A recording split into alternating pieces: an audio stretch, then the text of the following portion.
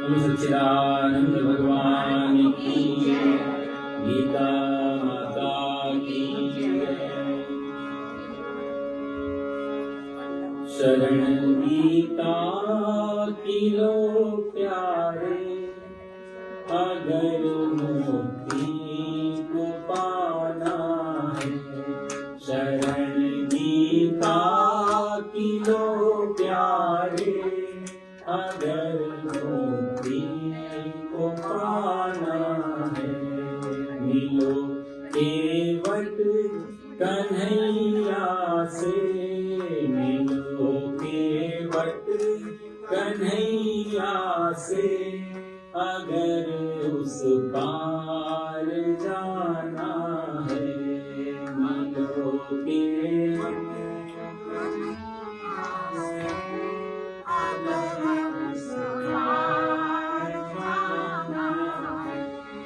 शरण गीता की लो प्यारे, अगर मुक्ति को पाना है।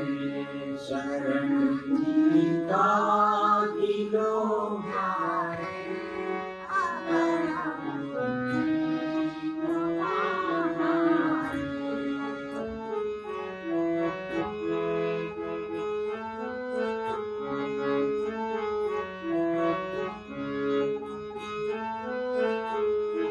करो नित पाठ गीता का, जपो नित नाम माधव का। करो नित पाठ गीता का, जपो नित नाम। करो नित ध्यान केशव का, करो नित ध्यान केशव का। अगर जीवन बनाना है। शरण गीता की लो प्यारे, अगर मुक्ति है। शरण गीता की लो प्यारे, अगर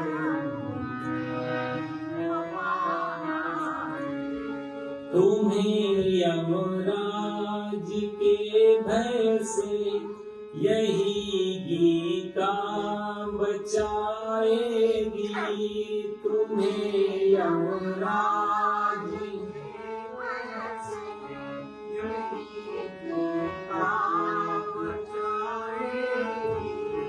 कुटुंब परिवार सुखदारा, कुटुंब परिवार सुखदारा। न कोई काम आना है। शरण गीता की लो प्यारे, अगर मुक्ति को पाना है। शरण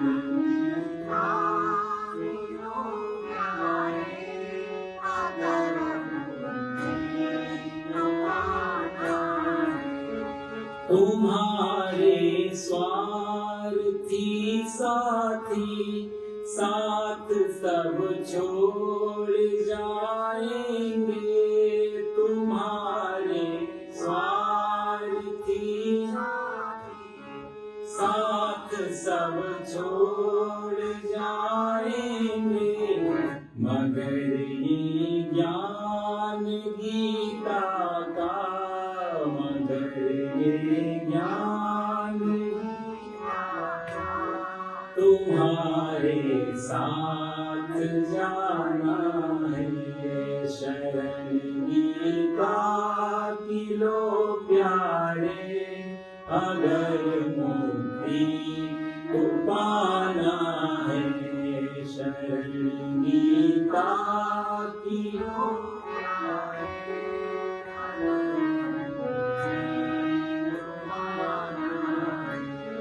न बन भिक्षु न कर भिक्षा, न इच्छा रख विषय सुख की। न बन भिक्षु न कर भिक्षा, न इच्छा रख विषय सुख की, यही उपदेश गीता का, यही उपदेश गीता का। हृदय पट पर बसाना है शरण गीता की, लो प्यारे अगर मिलोगे वट कन्हैया से, मिलोगे वट कन्हैया से, अगर उस पार जाना है शरण गीता की,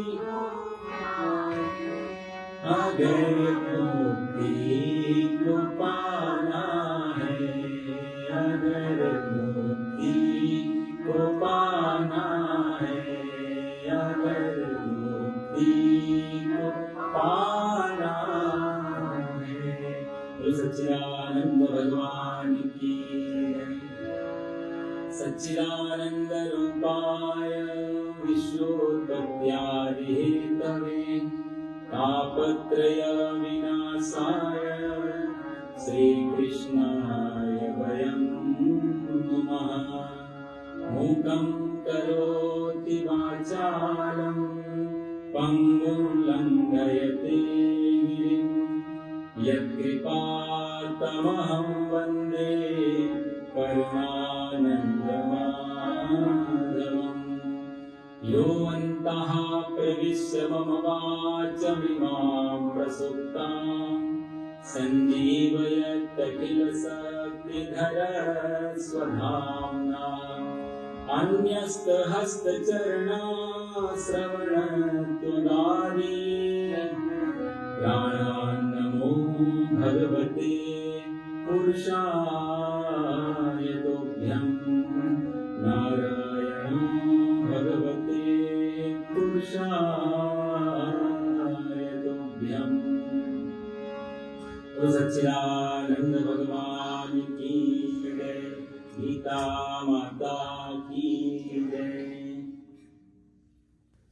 पिछली बार अध्याय तो शुरू नहीं हो पाया था, लेकिन काफी कुछ जानकारियां आपको मिली। गीता क्यों सुननी चाहिए, उद्देश्य क्या है भगवान का अर्जुन को बताने का, क्योंकि अर्जुन और भगवान श्री कृष्ण ये कोई साधारण नहीं है। अर्जुन तो नर है और भगवान थे नारायण। तो आज भी बद्रीनाथ में श्रीमद् भागवत में कथा आती है, ये लोग आज भी तपस्या कर रहे हैं बद्रिकाश्रम में। तो अर्जुन के माध्यम से भगवान मानो पूरे संसार को सुनाना चाहते थे गीता। बाकी जितने भी शास्त्र हैं सब अच्छे हैं। लौकिक जो कर्म कांड है, अपना जीवन जीने के लिए कुछ होता है ना, एक तो हम लोग वो सेट करते हैं जिससे हमें जीवन हमारा सुखपूर्वक जाए। तो गीता, बाकी जो शास्त्र हैं या जो पूजा पाठ उपासना पद्धति, उनका कोई विरोध नहीं, पर वो तब तक है जब तक जीवन है।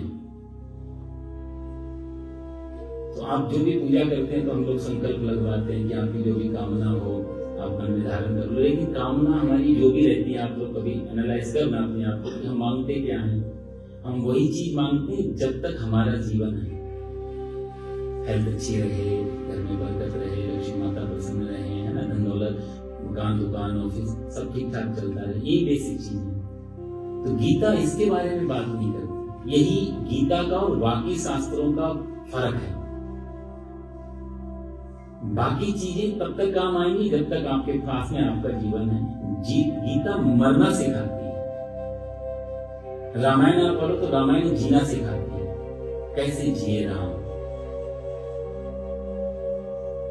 कैसी मर्यादा, कैसा सत्य, कैसा सहनशीलता। तो रामायण से जीना सीखो और गीता से मरना सीखो, ये अंतर है। राम जी वन को जा रहे थे तो आप देखो, और माता जी ने 3 वरदान मांगे, आप सब लोग जानते हैं कथा। दशरथ जी तो कह भी नहीं पाए राम जी से कि तुम वन चले जाओ, कहीं भी नहीं लिखा ऐसा कि राम जी से दशरथ जी ने कहा हो कि आप वन जाओ। और जब मरते समय दशरथ जी ने सुमंत को जब देखा वापस सुमंत आ गए हैं और राम वापस नहीं आए, तो उन्होंने एक ही बात कही कि सुमंत मेरा बेटा देखो कितना अच्छा है, एक बार भी उसने ये नहीं पूछा मेरे से कि पिताजी मेरी गलती क्या थी जो मुझे वन जाना पड़ा। यही कलेश, यही गिल्ट लेकर के दशरथ जी ने प्राण छोड़े। एक बार मेरे से कुछ कह तो देता, कुछ तो भड़ास निकाल लेता, तो एक तसल्ली से मैं जा पाता। एक बार भी उसने ये नहीं कहा मेरी गलती क्या थी। ठीक है, राज्य नहीं देना, तुम्हारा राज्य भैया को दे दो, भारत को, कोई फर्क, पर मुझे कौन क्यों। ये अद्भुत कथाएं हैं, जब इनके गहराई में जाते हैं ना तो इतने अच्छे अच्छे भाव निकल के आते हैं। क्या चरित्र रहा होगा, क्या जीवन रहा होगा सब। तो रामायण का पग पग, चाहे वो राम जी भरत जी का स्नेह हो आपस में, चाहे हनुमान जी की चर्चा हो, चाहे जितने भी पात्र हैं, विभीषण हैं इसमें, और शबरी माता, एक से एक पात्र दिव्य हैं उनकी कथाएं। पर उन सबसे जीना है, कैसे जीना चाहिए। लेकिन गीता मरना सिखाती, मरना कैसे है। ये मरना भी अपने जीने की भी कला है, तो मरने की भी तो कला होनी चाहिए। कोई भी मरना नहीं चाहता, कोई भी हमारे साथ संत महापुरुषों को आप लोग जब हम उनके बारे में बोलते हैं कि शरीर छूटता है, तो कहते हैं उन्होंने शरीर छोड़ दिया, यही शब्द कहा जाता है। गोलोकवासी हो गए हो, उन्होंने शरीर त्याग दिया, देह त्याग दिया, ये बात। तो वो लोग शरीर छोड़ते हैं और हमसे शरीर छुड़ाया जाता है क्योंकि मरने की कला नहीं है अपने पास। तो जीना और मरना दो चीजें हैं। जीना है रामायण आदि ग्रंथ पढ़ो, और मरने की कला सीखनी तो गीता जी। अद्भुत अपने आप में गीता है। 700 श्लोकों में भगवान ने बहुत कुछ इसमें भर दिया। कोई भी प्रश्न, मैंने पिछली बार भी कहा, कोई भी प्रश्न ऐसा नहीं है, कोई भी संदेह, कोई भी ऐसा संशय नहीं है जो गीता से निकल करके नहीं आया। उसका उत्तर, उसका समाधान किसी भी प्रकार का, हर कुछ इसमें है।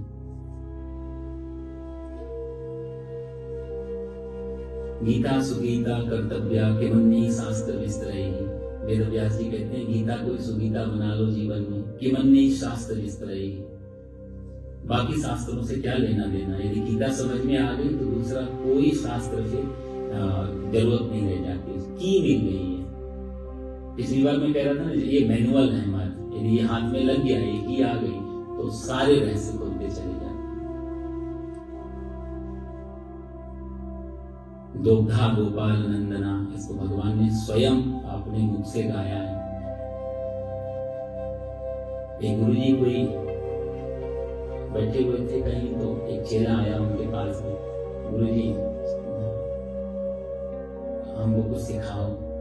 गुरु जी बोले बेटा राम राम जपा करो, थोड़ा भगवान का नाम भजन किया करो। चेला थोड़ा अभिमानी था, बोला कि नहीं गुरु जी को तो छोटी मोटी चीज, कोई बड़ा ऊंचा ज्ञान बताओ, ये तो सब सुनते रहते हैं। जैसे हम लोग भी जाते हैं, हमको लगता है कुछ ऐसा मिलना चाहिए, चमत्कार। तो गुरु जी बोले नहीं नहीं बेटा, थोड़ा कीर्तन किया करो, जाप किया करो। बोले नहीं नहीं वो सब छोटा मोटा है, कोई बड़ा ऊंचा ज्ञान बताओ। तो गुरु जी ने मन में सोचा शायद गुरु ही मिला है हमको, तो बेटा थोड़ा रामायण, बोला नहीं रामायण भी थोड़ा बहुत ठीक, गीता बोला हाँ इसमें थोड़ा सा है, अब गीता सुनो। तो गुरु जी बोले तो पहला दिन है, अब गीता तो कल से अगली से शुरू करेंगे, आज गीता का महात्म सुन लें। तो महात्म सुनाने लगे गुरु जी कि भगवान श्री कृष्ण जो है वो उनके मुख से गीता निकली है। दोग्धा गोपाल नंदना, ये शब्द श्लोक आता है। तो दोग्धा गोपाल नंदना, गोपाल नंदना मतलब भगवान श्री कृष्ण, उसको दुआ है। और अर्जुन बछड़ा पार्थो वत्स, तो अर्जुन जो है वो बछड़ा बनाया और उससे गीता रूपी अमृत निकल के आया। तो गुरु जी ने कहा तो दोग्धा मतलब होता है दूहने वाला, तो चेले की समझ में नहीं आया। तो खूब गुरु जी ने अच्छा प्रवचन दिया उसके। चेला बोले वाह गुरु जी क्या बात है, वाह वाह। अब जब खूब अच्छी तरह तारीफ करने, गुरु जी को भी जोश आ गया बेचारे, तो 10 मिनट बोलना था तो बोल गए 2-3 घंटे।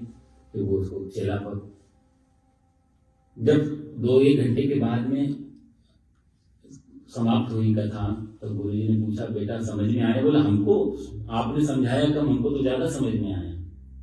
तो बताओ फिर कुछ हमें भी बताओ, क्या समझ में आया, कोई अच्छी बात लगी हो। अरे गुरुजी हमें सब समझ में आया, आप कोई भी नहीं बेटा, फिर भी थोड़ा लाज रखो, कुछ तो बताओ, तुम्हें क्या पता लगा, क्या सीखा तुमने। बोला, गुरुजी बाकी सब समझ में आ गया था, आप बार बार कह रहे थे ना दोग्धा गोपाल नंदना, दोग्धा गोपाल नंदना, तो वो समझ में नहीं आया कि वो 2 गधा कौन थे। तो गुरुजी ने सर में हाथ मारा, बेटा एक हम और दूसरे तुम। तो कई बार ऐसा भी हो जाता है कि हम लोग, क्योंकि ये ना ये उतारने की चीजें हैं, यहाँ पर बहुत ज्यादा दिमाग लगाने की चीजें नहीं, ये थोड़ा उतारने, जैसे पानी को कितनी बार बोलो कि प्यास खत्म हो जाए, इम्पॉसिबल है, बल्कि बोलते बोलते प्यास और बढ़ेगी, क्योंकि बोलने से भी तो गला सूखेगा। तो बोलने की चीज नहीं है वो, सिर्फ पानी का गिलास मिल जाए और चुपचाप से पी लिया तो प्यास बुझ जाएगी। तो यहाँ बहुत ज्यादा अपना दिमाग नहीं, खाली होके बैठेंगे तब देखो साहब, खाली पात्र होगा तो ही कुछ डाला जा सकता है उसमें, आप भर के पहले से बैठेंगे तो फिर कुछ नहीं, फिर वो गिरेगा बाहर। तो थोड़ा खाली होकर के बैठेंगे, विचार बुद्धि कम, हृदय आत्मा इनको ज्यादा लगाएं, जिससे भीतर उतरे कोई चीज। क्योंकि विचार मन जो है ना वो बहुत तर्क वितर्क में ले जाता है, बहुत सारे क्वेश्चन बीच में आर्ग्यूमेंट्स आते रहते हैं, तो वो थोड़ा खाली हो। एक चेले को एक कोई आदमी नौकरी ढूंढ रहा था, तो एक सेठ जी मिल गए, बोले कि हाँ हम तुम्हें नौकरी पर रख लेते हैं। वो आदमी बोला बिल्कुल ठीक है, मैं भी ढूंढ रहा हूँ, कोई काम मिल जाए। तो काम क्या होगा? तो वो आदमी कहने लगा कि साहब हम वैसे तो सारा काम कर लेते हैं, विचार करने में बहुत अच्छे हैं, सोच विचार नहीं पाते हैं हम, तब तुम हमारे लिए सोच विचार करना और हम व्यापार करेंगे। तो आदमी बोला ये तो बहुत बढ़िया नौकरी है, इसमें कुछ करना ही नहीं, सिर्फ विचार ही करना है। बोला हाँ साहब बिल्कुल हम आपके साथ काम करेंगे, लेकिन एक बताओ पैसा कितना दोगे? बोले 5,000। पुरानी बात। आदमी बोला बहुत बढ़िया, 5,000 रुपए में सिर्फ विचार करना, लेकिन आप करते क्या हो, आपका व्यापार क्या है? बोला हम खुद नौकरी करते हैं किसी के। तो आदमी बोला आप नौकरी करते, आपको कितना मिलता है? तो आदमी बोला कि हमें मिलता है 4,000। तो आदमी बोला यदि आप ही को 4,000 मिलता है तो आप हमें 5,000 कहां से दे दोगे? तो वो बोला यही तो तुम्हें विचार करने के लिए रखा है, तुम विचार करो इसको, इसलिए तो तुम्हें नौकरी पे रखा है।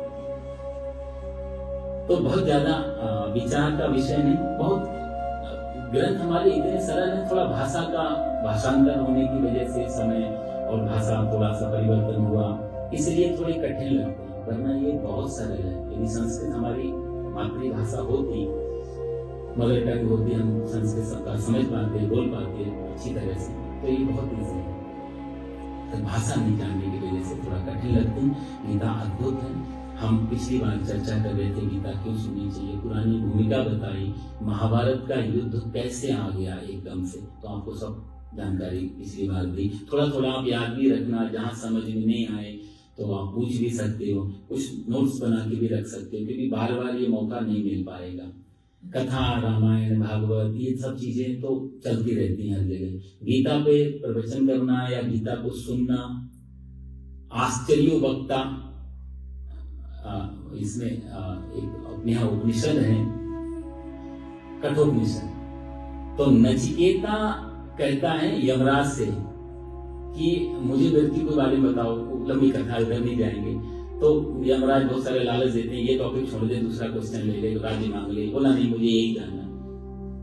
तो बाद में बात करते करते यमराज कहते हैं कि इस विषय पे सबसे पहले तो बोलना कठिन है, आश्चर्य वक्ता, और यदि बोलने वाला कोई मिल भी जाए तो आश्चर्य श्रोता, सुनने वाला कठिन है, क्योंकि ये ज्ञान बड़ा रूखा है, इसमें कोई कहानियां तो है नहीं। हम लोग कोशिश करते हैं कि थोड़ा सा कुछ ऐसा बीच में लगाते, जैसे हमारा कंसंट्रेशन बना रहे, ध्यान बना रहे, बोले तो बनाइए, थोड़ा सा ड्राई है। और यदि वक्ता भी मिल गया, बोलने वाला, श्रोता भी मिल गया, सुनने वाला, तो उसको जीवन में उतारना तो महाकठिन है। यमराज नचिकेता, बहुत सुंदर है कठोपनिषद। कभी भगवान ने मौका दिया इसके बाद तो हम ऐसे उपनिषद ले सकते हैं, बड़ी दिव्य कथाएं हैं उसमें भी, बहुत सुंदर उपनिषद आती हैं। कठोपनिषद, ईशावास्य और 3-4 उपनिषद तो इतने अच्छे हैं कि सबको लगभग पढ़ने ही चाहिए, सुनने ही चाहिए। ब्रह्मसूत्र आदि कठिन हो जाते हैं, वेदांत वगैरह, लेकिन ये उपनिषद बहुत अच्छी है सुनने के।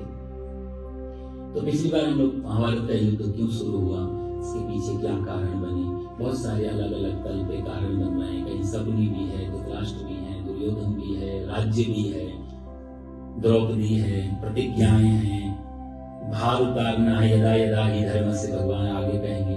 बहुत सारे कारण हम लोगों को ये खोजना है कि मुख्य कारण क्या है। यहाँ पर तो कभी किसी ने अपने अपने विचार से, अपने अपने पॉइंट ऑफ व्यू से हम निकाल सकते हैं कि मेन कारण क्या। कुरुक्षेत्र में ये कही गई और 4 वक्ता इसके पैरेलल चल रहे हैं। भगवान श्री कृष्ण अर्जुन को सुना रहे हैं, संजय धृतराष्ट्र को सुना रहे हैं, एक श्रोता बीच में और भी है। आपको किसी को ध्यान हो, एक श्रोता चुपचाप से सुनना। टोटल वैसे 2 हैं, लेकिन एक तो मूक है और एक जागृत है। बर्बरी किसने बोला? हाँ जी, बर्बरी कौन था? घटोत्कच का कोई था, उसकी भी अपनी एक कथा है। युद्ध में आने नहीं देना था, तो उसने बोला मुझे महाभारत देखना है, तो भगवान ने उसके सिर को रख दिया, तब तक तुम प्राणांत नहीं हुआ जब तक महाभारत पूरा। तो 18 दिन तक बर्बरी ने लाइव देखा है इसको, इसलिए लास्ट में बर्बरी के पास जाते नहीं है, क्योंकि निश्चित नहीं हो पाया कि कौन जीता कौन हारा, कैसे जीते, क्या हुआ, कहाँ। तो बर्बरी से पूरा वो एक अलग महाभारत का टॉपिक, इसलिए कहते हैं महाभारत जरूर पढ़ना चाहिए। महाभारत में इतनी कथाएं हैं, इतना उसमें भरा हुआ है। वो तो गीता तो एक छोटा सा पार्ट है, मैंने बताया ना, 20 पर आपके अंतर्गत गीता पर बहुत छोटा सा पार्ट है, 10% भी नहीं है महाभारत का। महाभारत तो विशाल, 1 लाख मंत्र थे इसमें। तो महाभारत यदि आपने एक बार पढ़ लिया तो सारी कथाओं का बैकग्राउंड समझ में आ जाएगा क्यों चल रहा है। तो एक तो बर्बरी तो है, एक और है, उसका नाम है श्री हनुमान जी। झंडे में हुआ क्या था कि भगवान ने हनुमान जी से, अर्जुन से कहा कि जाओ हनुमान जी को ले आओ, थोड़ा सहायता करेंगे। हनुमान जी के पास गए तो हनुमान जी ने बोला कि हमको तो कथा सुनने में आनंद आता है, सत्संग हो तो चलेंगे। तो अर्जुन बोले कि सत्संग नहीं होगा, वहां युद्ध होगा। तो हनुमान जी बोले देखो बिना सत्संग के तो हम नहीं रह पाते हैं, हम प्रभु चरित्र सुनने को, जहाँ प्रभु चरित्र चलना होगा हम सब रेडी हैं। तो अर्जुन बोले कि बड़ी मुश्किल हो गई। भगवान से कहा कि हनुमान जी तो कह रहेंगे बिना सत्संग के नहीं आएंगे। तो भगवान बोले उनको बुलाओ, बुलवाया, बोला हम आपको सत्संग में सुनाएंगे। तो जाकर के अर्जुन के रथ की ध्वजा पर हनुमान जी विराजमान हो गए। तो शास्त्र और महापुरुषों ने ये भी कहा कि अर्जुन तो बहाना था, गीता तो हनुमान जी को सुनाना था। इसलिए अर्जुन के रथ का नाम पड़ गया है कपिध्वज। एक नाम कपिध्वज है इसका। कपि मतलब हनुमान जी और ध्वज, जिसकी ध्वजा में हनुमान जी विराजमान है, ऐसे रथ को कपिध्वज कहा है। तो ऐसी बहुत सारी कथाएं हैं, बहुत सारी चीजें हैं। भाव ये है कि गीता सबसे बाकी शास्त्रों में सबसे ऊपर यदि रखा गया, उसका यही कारण था कि जीवन के साथ भी और जीवन के बाद भी। जैसे हमारे इंडिया में इंश्योरेंस पॉलिसी है ना, तो वो लिख देते हैं जीवन, हालांकि उनकी कोई गारंटी जीवन के बाद हम कहाँ पहुंचाने जाएंगे। तो हम सब लोग कहता हो इतना अच्छा स्लोगन है तो सब लोग कराते ही हैं। असली इंश्योरेंस तो ये है, असली चीज तो ये है कि हर विपत्ति में भी और संपत्ति में, संपत्ति को कैसे टैकल करना है, विपत्ति को कैसे, दोनों को बचाना बड़ा मुश्किल होता है। जरूरी नहीं विपत्ति को बचाना मुश्किल है, संपत्ति को भी बचाना बड़ा मुश्किल होता है। किसी की बस की नहीं है धन को बचाना। ये लक्ष्मी, एक आदमी की लॉटरी लगी 1 मिलियन की, पत्नी को पता चला कि मेरा पति तो हार्ट पेशेंट है, $100 भी कमाता नहीं है, कहीं धोखे से इसको 1 मिलियन बता दिया तो हार्ट अटैक ना आ जाए, क्या करूं। और पैसा तो लेना ही है। तो बेचारी चर्च चली गई, पादरी के पास जाके बताया कि मेरे पति को ना हार्ट का बीमारी है और पैसा कुछ कमाते नहीं है, अचानक से लॉटरी लग गई है 1 मिलियन की, क्या करें, आप कुछ उपाय बताओ जिससे वो। पादरी बोले चिंता मत करो, आप संडे को उनको लेके आना, हम कुछ समाधान निकालते हैं। पादरी ने सोचा छोटा छोटा करके बताएंगे। तो जब संडे को गए तो उसने देखा चेहरा और बोला तुम्हें मालूम तुम्हारी एक लॉटरी लगी है? बोला अच्छा, मुझे नहीं मालूम। बोला आपको कितने की? तो पादरी ने सोचा 1 मिलियन इकट्ठा नहीं बताया, 1 लाख बताते हैं, फिर बढ़ेंगे धीरे धीरे। उसने बोला $1 लाख की तुम्हें लॉटरी लगी है। उस आदमी ने सोचा अच्छा $1 लाख की लॉटरी लगी है, यदि आप सही बोल रहे हो तो मैं इसी समय $50,000 चर्च को दान करता हूँ। पादरी को हार्ट अटैक आ गया क्योंकि चर्च में कोई $10 भी नहीं डालते। तो संपत्ति को भी बचाना आसान नहीं है, खुशी को भी बचाना आसान। खुशी में भी हार्ट अटैक होते हैं, दुख में तो होते ही, खुशी में भी हो जाता है। ये हमारे इंद्रियों की एक सीमा है, इससे ज्यादा यदि कोई चीज आएगी उसको सहन नहीं कर पाएंगे। आंखों की भी एक सीमा है, एक लिमिट तक हम देख सकते, उससे ज्यादा नहीं देख सकते। एक कान की एक सीमा है, इससे ज्यादा नहीं सुन सकते। तो ये बड़े बैलेंस में बना हुआ, जिससे जीवन का काम चलता रहे। नहीं तो हम आप सब जानते ही हैं, वैज्ञानिक भी बोलते हैं हम अपने ब्रेन का कितना यूज कर पाते हैं, 1, 2, 3%। उसके तो बहुत ज्यादा इंटेलिजेंट, पूरा जीवन निकल जाता है, पूरा ब्रेन तो कोई यूज नहीं कर पाता। एक सीमा है। तो ऐसे स्थिति में हम लोग अंदर आज प्रवेश करते हैं, क्योंकि आज तो कम से कम शुरुआत तो हो जाए, नहीं तो बाकी इसकी भूमिका तो बहुत बड़ी है। इसका महात्म्य जितना बोला जाए, कई बार जब हम लोग इनकी सप्ताह आदि से या नवान पर या 10 दिन या 11 दिन के हिसाब से जब गीता होती तो महात्म्य सुनाया जाता है पहले दिन, उसके पीछे कथाएं हैं। हर अध्याय शुरू होने से पहले उसका महात्म्य है, इस अध्याय का क्या महात्म्य है, उसकी एक कथा है, एक कहानी है। फिर वो करने के बाद फिर तो अनुष्ठानात्मक एक पद्धति है। यदि कोई अनुष्ठान करवा रहे, मान लिया कोई हमारे पेरेंट्स या बड़े बुजुर्ग चले जाते हैं, तो हमारे जैसे श्राद्ध विधि है, पिंडदान की विधि है, तर्पण विधि है, नारायण बलि है, ऐसे बहुत सारे ऑप्शन है कि हम कैसे उनको पूजा पहुंचाएं, कैसे उनकी। तो श्राद्ध की बहुत सारी पद्धति है। तो कई लोग गीता जी का सत्संग रखवा देते हैं, ये भी एक विधि है श्राद्ध की। कई लोग श्रीमद् भागवत सप्ताह रखवा देते हैं आत्मा की मुक्ति के लिए। तो उस पद्धति में वो अनुष्ठान हो जाता है कि 7 दिन के लिए बुलाया, तो उसमें फिर उसको पूरा प्रॉपर एक तरीके से गीता जी चलेंगे। ये तो हमारी आपस की एक गेट टुगेदर है, क्लास है, मिलना जुलना है, तो इसमें कुछ हम उन सब चीजों को नहीं लेंगे अभी फिलहाल। अभी तो सिर्फ यह है कि जानकारियां आपको बहुत मिल जाए इससे जो भी। तो इसमें पहला तो पिछली बार बताया कि ये कुरुक्षेत्र का मैदान है, 18 अक्षौणी सेनाएं हैं, 11 अक्षौणी एक तरफ है, 7 अक्षौणी एक तरफ है। युद्ध के 10 दिन गुजर चुके, संजय जी वापस आए भीष्म पितामह के पास में और उनके धृतराष्ट्र के पास में, और धृतराष्ट्र में यहाँ पर इनसे प्रश्न करता है संजय से। पहला श्लोक आप सब लोग चाहें तो मेरे साथ भी बोल सकते हैं, अब इस बहाने संस्कृत का अभ्यास होगा, या कोई संस्कृत पढ़ना जानता हो तो वो बीच में वो बोल सकते हैं। किसी को आती होगी गीता जी का श्लोक पढ़ना, कोई चाहे तो वो आगे से बोल सकते हैं साथ में। तो पहला अध्याय आप चाहें तो एक मोबाइल पे ना कुछ उसका भी निकाल के सबको फॉरवर्ड कर देना है, अलग से ग्रुप बना के, तो सब लोग देख साथ साथ पढ़ सकते हैं। अच्छा है, इस बहाने गीता जी के श्लोक भी साथ साथ चलेंगे, पाठ भी चलेगा। बोलो सच्चिदानंद भगवान की। ओम श्री परमात्मने नमः। अथ प्रथमोऽध्यायः। धृतराष्ट्र उवाच। पहले आधा श्लोक में बोलूंगा, आधा आप लोग साथ में बोलूंगा। धर्मक्षेत्रे कुरुक्षेत्रे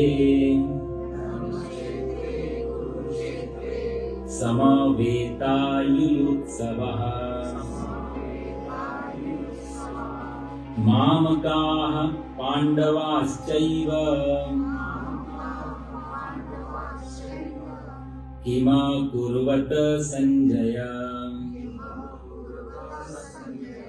धर्मक्षेत्रे कुरुक्षेत्रे समवेतायुयुत्सवः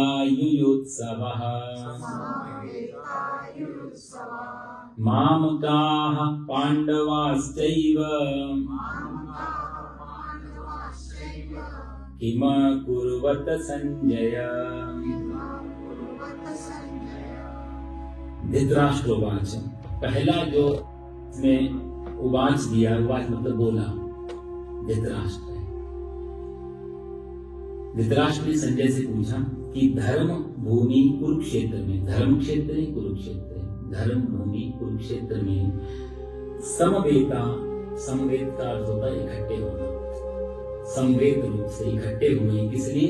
बोले युयुत्सवः, युद्ध की इच्छा से, युद्ध की कामना से इकट्ठे हुए। कौन?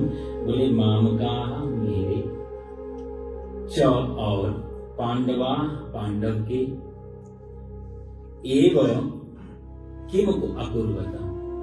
धृतराष्ट्र पूछता है कि धर्म भूमि कुरुक्षेत्र में मेरे और पांडु के पुत्रों ने जो वहां युद्ध के लिए इकट्ठे हुए हैं, उन्होंने किम कुर्वता, किम अकुर्वता, क्या किया? ये प्रश्न है धृतराष्ट्र का। बहुत सिंपल सा प्रश्न है कि दोनों हमारे बच्चे, पांडु के बच्चे, दोनों युद्ध के लिए इकट्ठे हुए हैं, उन्होंने क्या किया? पहली चीज यहाँ पर आप देखो, कुरुक्षेत्र में तो इसलिए इकट्ठे हुए थे, कुरुक्षेत्र ना ये धर्म भूमि था। पहले 4 युग होते ना, सतयुग, त्रेता, द्वापर, कलियुग। सतयुग में जो तीर्थ था, हर युग का एक तीर्थ होता है, उसको बोलते हैं युग तीर्थ। तो सतयुग का जो युग तीर्थ है वो नैमिषारण्य था, इसलिए सारी कथाएं आपको नैमिषारण्य की दिखेंगी। एकदा नैमिषारण्य, सिर्फ सत्यनारायण की कथा आप लोग सुनते हैं, एकदा नैमिषारण्य विषया संकारया प्रपच्चुर्मुनिया सर्वे सूक्तम पौराणिकम खलु। तो नैमिषारण्य का नाम सबसे पहले आता है। तो सतयुग का जो युग तीर्थ है वो नैमिषारण्य है। इसके बाद आता है त्रेता युग। त्रेता युग का युग तीर्थ है पुष्कर। और द्वापर युग, जिसमें महाभारत हो रहा है, जिसमें भगवान गीता सुना रहे, उस द्वापर युग का युग तीर्थ था कुरुक्षेत्र।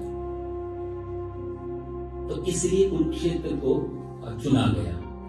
उसके पीछे भी 2 कारण थे, क्योंकि धर्म क्षेत्र है तो यहाँ पर मृत्यु जो होगी सेनाओं में, सैनिकों के लोग, उनका कल्याण होगा। अच्छी भूमि में भी कई बार प्राण त्यागने से उसके जो वातावरण है वो भी सहायक करता है पुनर्जन्म। इसलिए पुराने समय में लोग देह त्यागने के लिए काशी वगैरह चले जाते थे। तो इसका भी अपना बड़ा, क्योंकि अंत समय क्या पता भगवान का नाम आ जाए, एक अच्छे वातावरण में मर रहे। इसलिए भी क्योंकि कृष्ण से भी ये पूछा गया था कि युद्ध कांड की बहुत सारी मीटिंग हुई थी, ये युद्ध कोई अचानक से नहीं वहां खड़े हो गए। और कौरव पांडवों की बहुत कई बार मीटिंग हुई है, कृष्ण से पूछा गया, भीष्म पितामह से पूछा गया, तो कई लोगों ने, वेद व्यास जी से भी पूछा गया कि हम इतना, क्योंकि बहुत बड़ा युद्ध था, बहुत बड़ी प्लानिंग करनी थी इसके लिए। तो एक तो बहुत बड़ा ग्राउंड था वहां पे, और सबसे बड़ी बात वो धर्म भूमि थी। इनके जो वंशज हैं पांडवों के, उनके महाराज थे पुराने कुरु के, तभी तो ये कुरु वंश है ना, पूरा कौरव कहलाती है। तो महाराज कुरु ने भी यहाँ पर बहुत तपस्या और यज्ञ आदि किए थे। इंद्र ने भी यहाँ यज्ञ किया था कुरुक्षेत्र में। तो इसलिए ये इसका वातावरण बहुत ही पवित्र था। तो उनको लगा कि यहाँ न्याय संगत युद्ध हो पाएगा और यहाँ मरने वालों की मुक्ति की संभावना और जगह से ज्यादा है, इसलिए कुरुक्षेत्र को चुना गया। दूसरा जो है, यदि हम कोई कुछ लिखें, मान लिया आप भी कोई ऑटोबायोग्राफी लिखो या कोई किताब लिखें, कुछ भी, कोई भी हम शास्त्र पढ़ते हैं, तो उसमें पहले मंगलाचरण होता है। और वो मंगलाचरण का भाव होता है किसी देवी देवता से कि उनसे हमारी आगे की किताब में कोई बाधा नहीं आए। जैसे आप रामचरितमानस पढ़ते हैं तो गोस्वामी जी ने कितना सुंदर मंगलाचरण दिया है। वर्णानाम अर्थसंघानाम रसानाम छंदसामपि मंगलानाम च कर्तारो वंदे वाणी विनायको वंदे गोमयम गुरु शंकर। ये बहुत सुंदर सुंदर उनके मंगलाचरण है। तो ग्रंथ लिखने से पहले सुंदर मंगलाचरण, वो चाहते अच्छे शब्द शुरुआत, कोई भी चीज शुरुआत करनी तो अच्छी करनी पड़ती है। तो बाकी किसी भी शास्त्र की शुरुआत आपको बहुत ही सुंदर तरीके से मिलेगी। बड़े कोई देवी देवताओं के नाम होंगे, अच्छे भाव होंगे, अच्छा शब्द होगा। लेकिन गीता एकमात्र ऐसा ग्रंथ है, जितना भी मैंने अनुभव किया, कि यहाँ पर पहला जो उवाच है, पहला जो नाम है वो धृतराष्ट्र का दिया गया है। एक अंधे आदमी से गीता शुरू हो रही है। सामान्य तौर से ऐसा नहीं होता, अंधे व्यक्ति से गीता की शुरुआत करना, धृतराष्ट्र। और ये बड़ा सिंबॉलिक है कि धृतराष्ट्र पूछ रहा है, अंधा आदमी प्रश्न कर रहा है। देखो साहब, दो चीजें, धृतराष्ट्र के पास बाहर भी चर्म चक्षु भी नहीं है, प्रज्ञा चक्षु भी नहीं है, बाहर की आंख तो है नहीं देखने की, अंदर की जो ज्ञान की आंख है वो भी खत्म हो चुकी है। तो जहां पर अंधापन है वही प्रश्न खड़ा होगा, वही अंधे का मतलब अज्ञान। तो जहां प्रश्न तभी आएगा जब अज्ञान होगा। तो कितना सिंबॉलिक है, कितना प्रतीकात्मक है यहाँ धृतराष्ट्र का क्वेश्चन करना, कि अंधेपन से ही सारे प्रश्न, सारे संशय। यदि अंधापन खत्म हो जाए, गीता की कोई जरूरत नहीं रह जाए, शास्त्रों की फिर कोई जरूरत नहीं, सिर्फ अंधापन खत्म। तो एक तो कारण है। दूसरा, धृतराष्ट्र का प्रश्न भी गलत है। 10 दिन का युद्ध भी हो गया, खुद ही बोल रहा है कि युयुत्सवा, युद्ध की इच्छा से जो इकट्ठे हुए हैं, उन्होंने क्या किया? जब युद्ध की इच्छा से इकट्ठे हुए हैं तो फिर बाकी क्या करेंगे? वहां कोई मूवी देखने सुना गया, युद्ध ही करने गए होंगे। तो प्रश्न में वो भी समझ में नहीं आता क्यों पूछ। प्रश्न पूछने के ना कुछ तरीके होते हैं, जैसे एक प्रश्न का एक एंगल होता है आक्षेप करना, एक होता है जिज्ञासा से हम जानना चाहते हैं। एक जैसे आपने पूछा, पंडित जी आप इंडिया गए, तो यदि मैं होकर के आ गया हूं और फिर भी आप प्रश्न कर रहे हैं, तो इसके पीछे भाव क्या होगा पूछने का? तो यहाँ तो धृतराष्ट्र जो पूछ रहा है, या तो इसके पीछे जिज्ञासा तो है नहीं कि मुझे जानना है कि युद्ध हुआ या नहीं हुआ। युद्ध तो हुआ है, तो जिज्ञासा तो बचती नहीं है। तो पूछ क्यों रहा है? इसके पीछे ये बहुत ही गहरा श्लोक है। ये पूरी गीता इस पे टिकी हुई है, एक श्लोक पे। इतना मल्टी डायमेंशनल ये जा रहा है श्लोक, क्योंकि यही यदि नहीं पूछता तो गीता नहीं हो पाती। तो आएगा भी, तो मैं आपको फिर आगे उसके बाद बताऊंगा, वो लंबी डिटेल है। तो पहला धृतराष्ट्र पूछता है क्या किया धर्म भूमि कुरुक्षेत्र में। कुरुक्षेत्र के बारे में मैंने आपको बताया कि धर्म भूमि थी, इसलिए कुरु महाराज जी की तपस्या भूमि थी। संजय से पूछ रहा है, संजय का भी मतलब आप समझ लें। संजय का मतलब होता है सम, मतलब होता है अच्छी तरह। जय मीन्स होता है जिसने जीत लिया है, जिसने अपनी इंद्रियों को अच्छी तरह से जीत लिया है, उसका नाम है संजय। इसलिए संजय जो है वो बड़े ज्ञानी पुरुष थे। ये कोई सामान्य इंसान नहीं है, सूत थे। गवलगा नाम का एक सूत जी थे, उनके पुत्र हैं। अभी संजय उवाच आएगा नेक्स्ट श्लोक में, फिर मैं संजय के बारे में भी आपको बताऊंगा कि संजय का मतलब क्या हुआ, सूत कौन होते हैं। तो धृतराष्ट्र ने यहाँ पहला प्रश्न किया है कि पहला क्या है, आखिरी प्रश्न है। वैसे गीता में आप देखो तो पूरी गीता में ये धृतराष्ट्र का एक ही उवाच है, इसके बाद धृतराष्ट्र का कुछ और नहीं है। अर्जुन को भगवान ने गीता सुना दी, संजय ने धृतराष्ट्र को गीता सुना दी। अर्जुन कहता है नष्टो मोहा स्मृतिर्लब्ध्वा त्वत्प्रसादात् मया, ये 18वें अध्याय में अर्जुन कहेगा भगवान से मेरा मोह नष्ट हो गया। लेकिन धृतराष्ट्र का कोई कमिटमेंट नहीं आया गीता सुनने के बाद में, पूरी गीता में यही सबसे भागने का यही सब चीज है। तो धृतराष्ट्र का एकमात्र श्लोक है। और दूसरी चीज, धृतराष्ट्र जो पूछ रहा है उसके माध्यम से मानो व्यास जी कहना चाहते हैं कि हम लोग भी कहीं ना कहीं छोटे छोटे लेवल पे हम लोग भी धृतराष्ट्र ही हैं। क्योंकि धृतराष्ट्र का अर्थ होता है धृतम राष्ट्रम। धृत मतलब होता है जिसने पकड़ लिया है जोर से, राष्ट्र मतलब अपने देश को जो छोड़ना नहीं चाहता, जो पकड़े बैठा है, वही धृतराष्ट्र। हम लोग भी इसलिए धृतराष्ट्र हैं, हम लोगों ने भी, हमारे भी छोटे छोटे अपनी अपनी चीजें जिनको हम पकड़ के बैठे हैं। कोई टाइटल्स में पकड़ के बैठा है, हम ये हैं, हम वो हैं, हम पंडित, हम डॉक्टर, हम इंजीनियर, हम ये, हम नेता। कोई घर को पकड़ के बैठा है, प्रॉपर्टीज को, हमारे इतने मिला है, हमारे इतना बड़ा एम्पायर। कोई दूसरी चीजों को, सुंदरता को पकड़ के बैठा है, कोई किसी, मतलब आदमी का कहीं ना कहीं एक फोकस है कि उस चीज को पकड़ के बैठा, और ये पकड़ ही अधर्म बनाती है, वही अधर्म की तरफ है। तो हम लोग भी कहीं ना कहीं छोटे छोटे स्तर पे हैं, लेकिन धृतराष्ट्र है। तो कहना क्या चाहते हैं पहला शब्द में व्यास जी, ये बहुत ही गहरी चीजें हैं गीता। एक एक शब्द पे यदि आप अंदर जाते हैं तो शब्दों में से बहुत अर्थ निकलते हैं। धर्म क्षेत्र, कुरुक्षेत्र, यदि हम दोनों में से दो शब्द है ना, धर्म क्षेत्र, कुरुक्षेत्र, इनमें आप क्षेत्र को हटा दो तो क्या बचेगा? क्षेत्र शब्द हटा दिया, धर्म क्षेत्र से क्षेत्र हटाए तो धर्म बच गया, कुरुक्षेत्र से क्षेत्र हटाए तो कुरु बच गया। दोनों को मिलाकर क्या होगा? धर्मम कुरु। और कहां पर? दोनों क्षेत्रों को फिर ले लो, क्षेत्रे क्षेत्रे धर्मम कुरु। पूरी गीता मानो धर्म सिखाती है कि धर्म करो कहां? क्षेत्रे क्षेत्रे।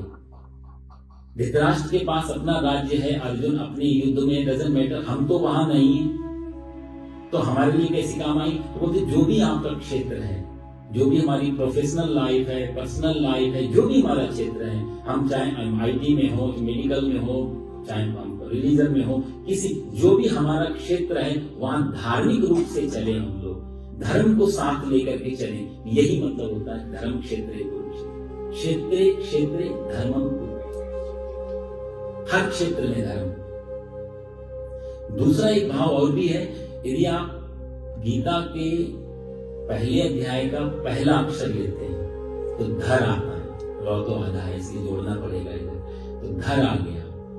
गीता के 18वें अध्याय का अंतिम श्लोक यदि आप देखते हैं, यत्र योगेश्वरा कृष्णो यत्र पार्थो धनुर्धरा तत्र श्री विजयो भूतिर ध्रुवा नीति मतिर मम।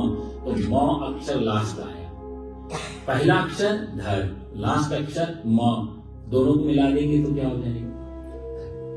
पूरी गीता धर्म में।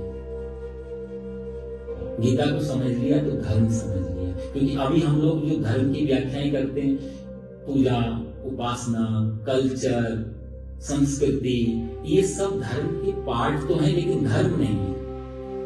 धर्म एक विशाल स्वरूप है। हम बहुत सारी चीजों को मानते, जैसे मंदिर गए, पूजा पाठ कर लिया, हम सोचते धार्मिक हो गए। गीता उस हिसाब से नहीं मानती। वो एक उपासना पद्धति है, वो उसके पिलर है नीचे लगे हुए जिसपे धर्म बैठा हुआ है। लेकिन इतना ही धर्म नहीं है, बहुत बड़ा आयाम है धर्म का। और इसको बहुत सारे, श्रीमद् भागवत के हिसाब से धर्म देखो, वेदा प्रणीतो धर्म यह धर्मस्तद विपर्यय। श्रीमद् भागवत में व्यास जी धर्म की व्याख्या करते हुए कहते हैं, वेद में जो लिखा है उसका पालन करना धर्म है, और यह धर्मस्तद विपर्यय। अधर्म क्या है? बोले इसके विपर्यय, इसके विपरीत कर्म करना अधर्म। मनु महाराज जी से पूछो, यह तो अभ्युदय निश्रेय स निसिद्धि स धर्म, वो किसी और भाषा से धृति क्षमा दमोस्तेय 10 लक्षण बता रहे वहां पर। लेकिन ये सब मिला जुला करके कोई एक चीज धर्म नहीं है। सिर्फ पूजा कर ली और धर्म हो गया, नहीं होगा। कोई दान कर लिया धर्म हो गया, नहीं होगा। सेवा कर लिया और जो धर्म हो गया, उसे बहुत सारे, ये सब धर्म को सपोर्ट करने वाले एक बेस है, लेकिन धर्म नहीं। तो धर्म को समझना हो, गीता को समझना हो। वो धर्म की भी बहुत अलग व्याख्या है, बहुत लंबी गहरी व्याख्या है धर्म की। वो आएगा टॉपिक कभी आगे, तब आपको विस्तार से बताएंगे। तो क्षेत्रे क्षेत्रे धर्मम गुरु, हर क्षेत्र में हम धर्म करें, ये गीता का मेन सार है। पूरी गीता में क्या है? तो पहला अक्षर, लास्ट अक्षर, इसके बीच में पूरी गीता यहाँ पे। धृतराष्ट्र पूछता है संजय से, क्या किया उन्होंने? और यहां पर सबसे समझने की चीज एक है इस श्लोक में, धृतराष्ट्र कह रहा है कि मामकाः पांडवाश्चैव, मेरे और पांडु के पुत्रों ने क्या किया। पांडु जब छोड़ के जा रहे थे, मैंने आपको पिछली क्लास में बताया, पांडु ने कहा कि मैं तो नहीं रह सकता यहाँ पर, मुझे जंगल में जाना पड़े। वो चले गए थे, इधर ये बच्चे हुए, और ये बच्चों को कुंती ने हमेशा ये सिखाया है तेरे पिता समान है धृतराष्ट्र, कभी कोई भेद नहीं डाला कुंती ने। लेकिन धृतराष्ट्र आज ये बात कह के स्वीकार करता है कि उसके मन में भेद था, नहीं तो पिता नहीं था, सगे ताऊ हैं धृतराष्ट्र। तो ये कह सकता था कि कौरव ने और पांडु के पुत्रों ने क्या किया। देखो आप कितना गहरा है भाव। वो ये कहता कौरवाश्च पांडवाश्च चैव किम कुर्वत संजय, तो भी श्लोक का छंद नहीं बिगड़ता, रिदम नहीं बिगड़ती इसकी। वो सबको भी कौरव का कह देता तो भी छंद नहीं बिगड़ रहा था। लेकिन धृतराष्ट्र का ये कहना कि मामकाः पांडवाश्चैव, मेरे और पांडु के पुत्रों ने क्या किया, बस ये सारी गीता की जड़ इसमें आ जाती। जहां शब्द आ गया मेरा, तो जैसे हम मेरा की एक वॉल खड़ी करते हैं, तत्काल तेरा की भी एक जगह आ जाती है फिर बीच में।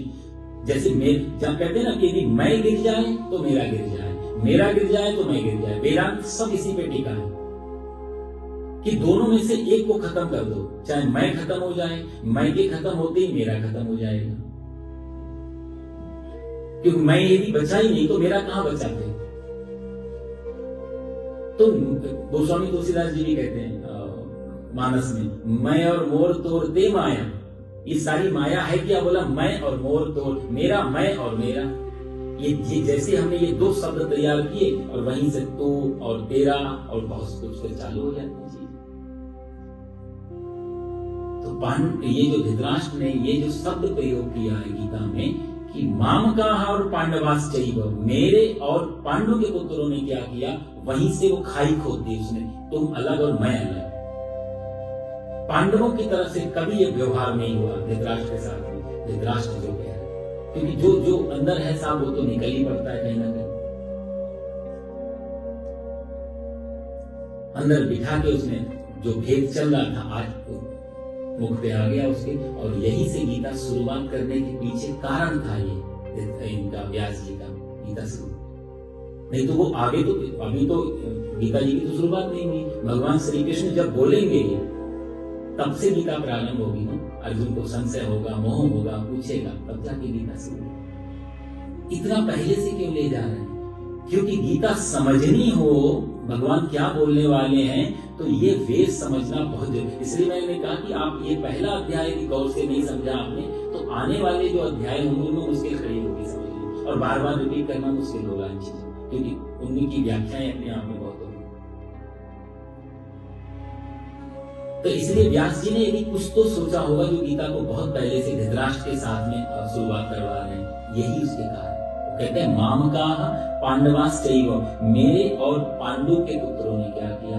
यही शब्द यही सबसे बड़ी। देखो हमारे जीवन में भी सारे झगड़े, चाहे हमारे व्यक्ति के लेवल पे, इंडिविजुअल लेवल पे देखें, ग्लोबल लेवल पे देखें, सारे झगड़े तो यही हैं, मामकाः और पांडव, मामकाः और पांडव। यदि एक दिवाली गिर जाती है, हमारा भारत ने कितना अच्छा स्लोगन दिया था, वसुधैव तु कुटुंबकम्, पूरी वसुधा, पूरी पृथ्वी हमारा एक परिवार की तरह है।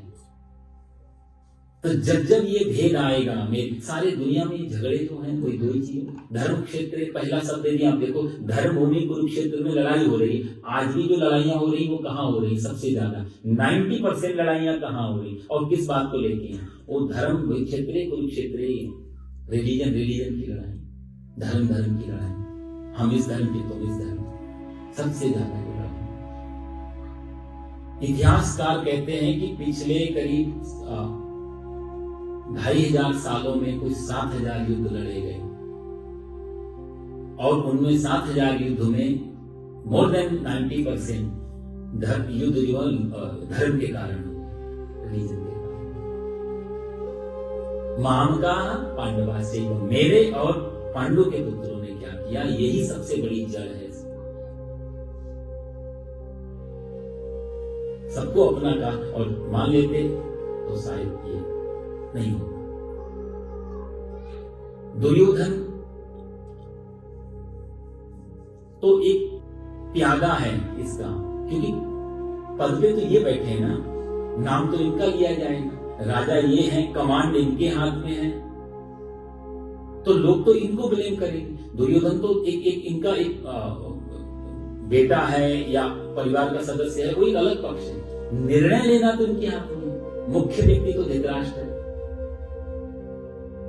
यदि ये डिसीजन लेने में, और इसके पीछे इनकी पत्नी गांधारी के, उसकी चर्चा भी कभी आएगी तो मैं करूंगा। तो गांधारी का भी व्यास जी ने व्यास जी बहुत स्पष्ट वक्ता है, तो व्यास जी ने देखो गांधारी को भी ब्लेम किया कि धृतराष्ट्र तो अंधे थे, गांधारी को तो पट्टी नहीं बांधनी चाहिए थी आंखों को। भाई पति तुम्हारा अंधा है तो पत्नी का धर्म बनता है, सहधर्मिणी हो आप, कि उससे कुछ गलत ना हो जाए। तो उसने भी, ये तो अंधा है ही पति, और ये भी पट्टी बांध के बैठ गई, तो पतिव्रता धर्म से ज्यादा उसको जरूरी था कि राजधर्म निभाना। इसलिए व्यास जी ने कई जगह गांधारी को भी आरोपित किया है कि तुम्हारे आगे दो ऑप्शन थे, या तो आप पट्टी खोल दो और या फिर आपने पति को राज सिंहासन से नीचे उतार। इतनी बड़ी जिम्मेदारी आप ले रहे हो इमोशनली कि मैं पतिव्रत धर्म से नहीं हटूंगी, फिर पति को तुम सिंहासन से पे बिठा, पूरी जनता सब कुछ तुम्हारे हाथ में, एक जरा गलत डिसीजन और सब कुछ गए। ये दोनों दोषी हैं महाभारत युद्ध के पीछे। गांधारी भी उतनी दोषी जितना धृतराष्ट्र। दुर्योधन का नाम आता है कई जगह। दुर्योधन को जो भगवान श्री कृष्ण समझाने गए हैं, तो दुर्योधन से भगवान ने बहुत कहा, धर्म की बातें बताई।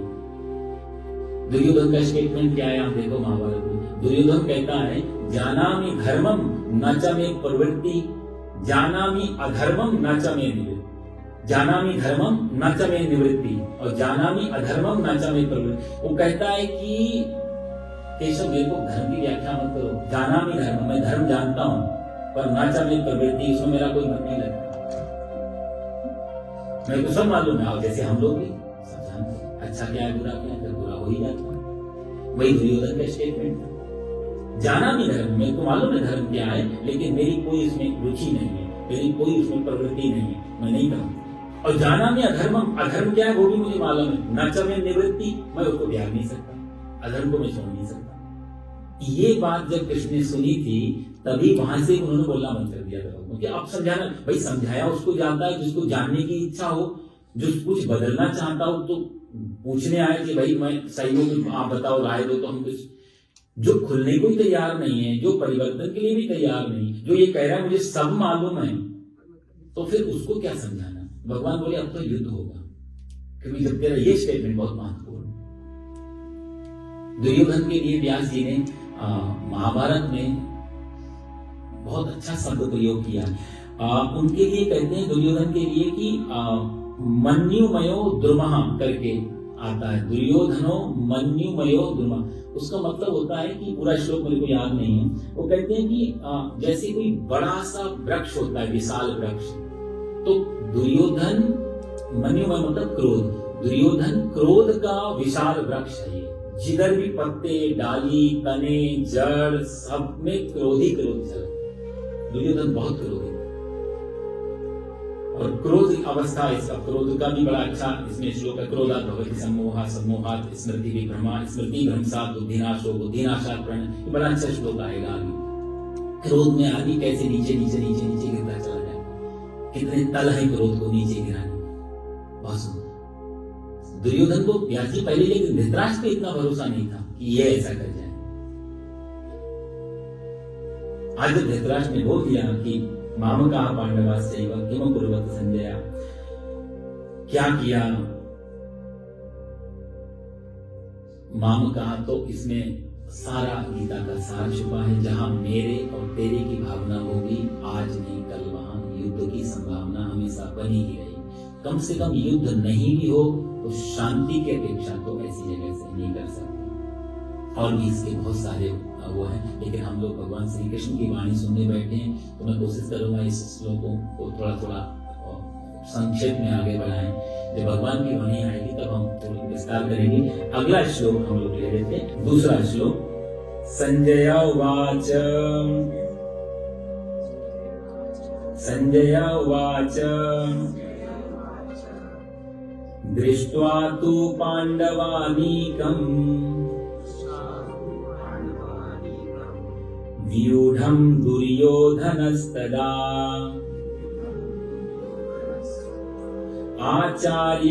आचार्यमुपसंगम्य राजा वचनमब्रवीत् दृष्ट्वा तु पाण्डवानीकम् व्यूढं दुर्योधनस्तदा आचार्यमुपसंगम्य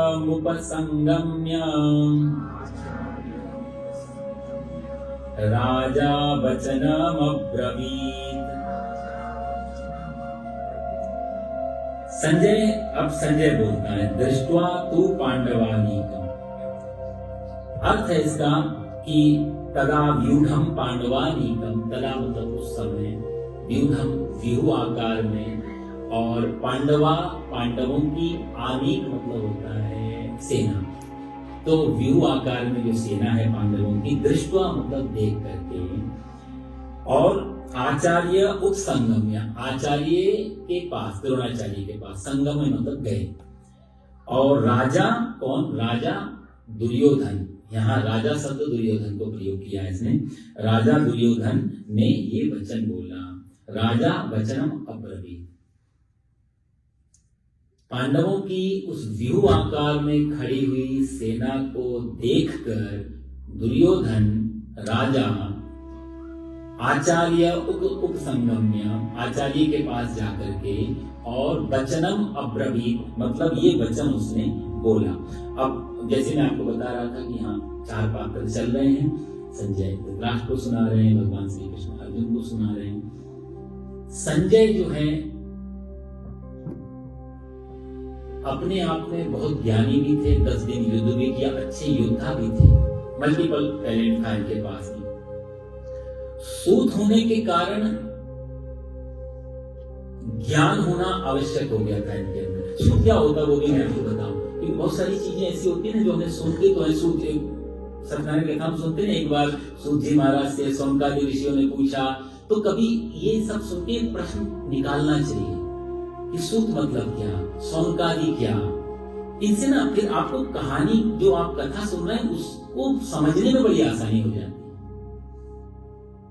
कि आधी से ज्यादा भगवान अर्जुन को अलग अलग नामों से बुलाएंगे बीच में, कहीं कौन्तेय बोलेंगे, कहीं अर्जुन बोलेंगे, कहीं कुछ उन नामों से पुकारने के पीछे भी रहस्य होगा कि भगवान क्या समझाना चाहते हैं, इसलिए क्या नाम ले रहे हैं। ये आपको आगे दिखेगा। जब कौन्तेय बोलेंगे तो बात कुछ और होगी, जब उसको पार्थ बोलेंगे तो बात कुछ और होगी। तो इन नामों में बड़ा रहस्य छुपा रहता है। सूत जी क्या होते हैं कि देखो, पहले पुराने भारत में 4 वर्ण होते थे, ब्राह्मण, क्षत्रिय, वैश्य, शूद्र। कास्टिज्म बाद में आया, ये राजनेताओं की गलतियां थी, और शुद्ध राजनीति वोट बैंक था। भारत में जाति प्रथा कभी भी नहीं थी, पहले वर्ण व्यवस्था थी।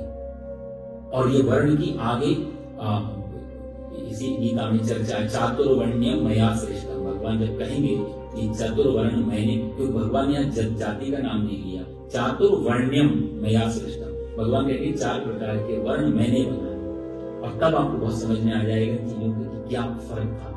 तो वर्ण व्यवस्था शुरू से, और जितने भी लोगों ने देखो, जो पाश्चात्य वैज्ञानिक, उनके नाम अभी याद नहीं, जब कुछ श्लोक आएगा तो मैं आपको बताऊंगा कि जितनी बार भी मानवता के साइकोलॉजी को तोड़ा गया, विभाग किए गए मनुष्यता के, तो 4 ही निकल के आए। जितने भी लोगों ने, एक किताब है द रिपब्लिक, शायद डार्विन की है, अपने किसी की, उसने भी तो उसने भी जब मनुष्यता के अंदर झांकने की कोशिश की कि कितने प्रकार हैं, कितने काइंड ऑफ पर्सनैलिटी है, तो 4 ही निकली। जितनी बार भी पूरी दुनिया में 4 ही निकली, 4 प्रकार की ही पर्सनैलिटी है, और हम सब में हैं।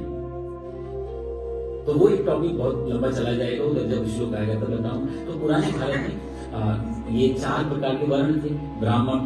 अच्छा, सबके कार्य भी फिक्स थे। ब्राह्मण का पुत्र आगे ब्राह्मण ही बनेगा 99%। कभी कभी कोई विश्वामित्र क्षत्रिय से ब्राह्मण हो जाते थे, कभी कोई परशुराम जी थे ब्राह्मण से क्षत्रिय के काम में लग गए, वो थोड़ा अपवाद है, वो हर जगह चलता है, उसमें हम नहीं जाएंगे।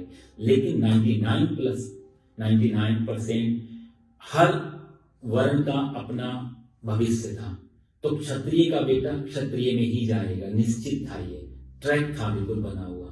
ब्राह्मण का बेटा ब्राह्मण में जाएगा। तो जैसे इनके कार्य निश्चित थे, तो इनके विवाह आदि भी उस हिसाब से निश्चित थे, जिससे कि दिक्कतें ना हो। तो ब्राह्मण का पुत्री ब्राह्मण पुत्र के साथ ही विवाह होगा, क्षत्रिय पुत्री क्षत्रिय के साथ विवाह होगा, इसलिए विवाह कि जिससे कि गड़बड़ ना हो जाए। लेकिन स्वतंत्रता पूरी थी विवाह आदियों में।